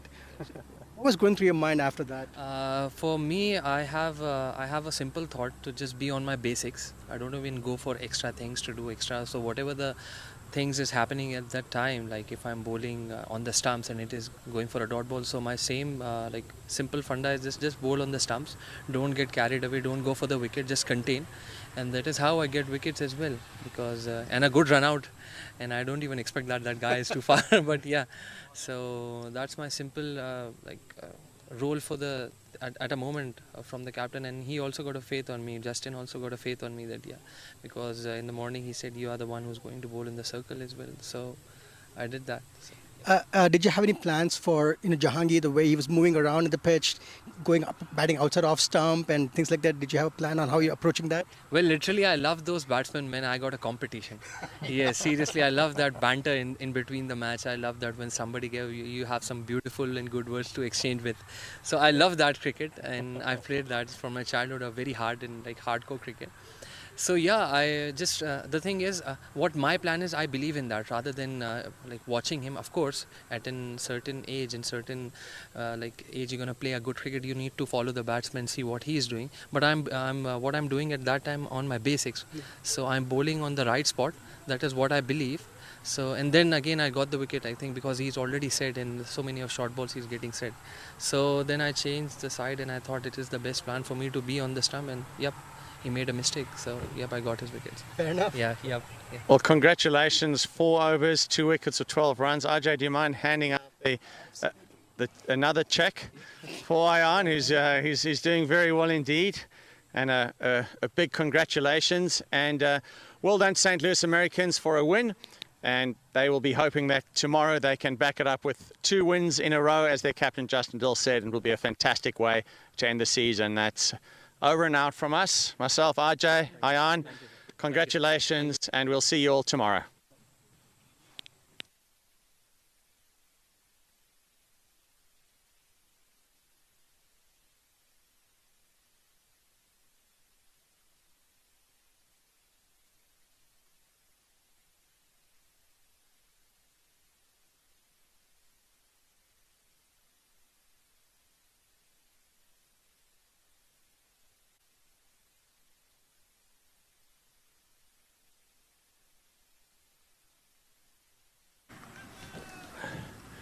What an unfortunate start for St. Louis Americans. It's one of those interesting targets. Oh, lovely timing there. You could just hear the ball hitting the bat. Sweet, sweet timing. Hit the ball in the gap, and the first boundary for the St. Louis Americans here, and the game completely changes. Shot. Wow. Shot of the day. Beautiful, beautiful cover drive. Lovely hand speed. Facing up. High back lift, looped up. That's well struck. It's going to go all the way. He hardly hit that. Leant into it. That's a beautiful shot. Americans can actually pull even on points. Oh, that's over the top. That's a lovely shot. Just rocks back off his back foot, and it's another misfield. Heads are down for the Lone Star. This will be interesting to see players to do that. And so is the captain, the keeper. Oh, that's a beauty. Absolute beauty. Just leans into it. What do you call it earlier? The grace? Standing up stuff. Oh, that's gone all the way. He's just followed that around into the cricket nets. That's a good hit. Thankfully, RJ, that he didn't hit the gentlemen who are bringing our dinner. They know they need to be better. What they need is support and encouragement at that time.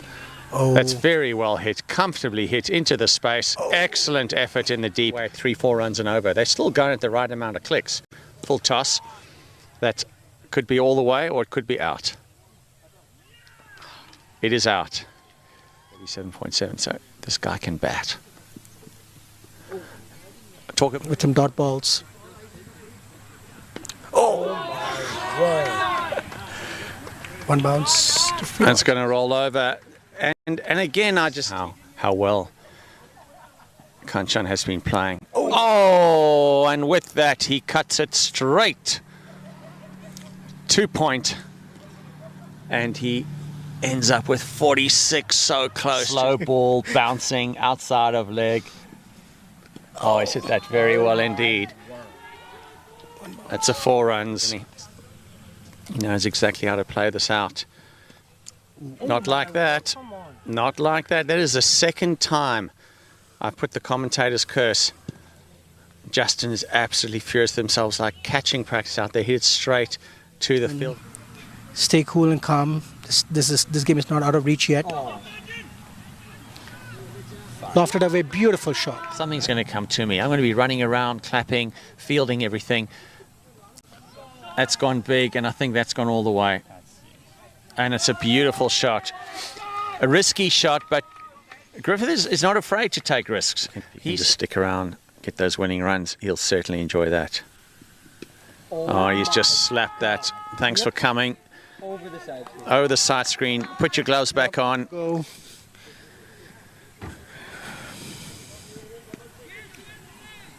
Slightly airborne, but looks like it's going to go all the way. Yeah.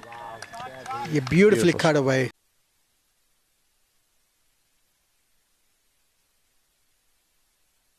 You're watching the Toyota Minor League Cricket Championship, presented by Sunoco.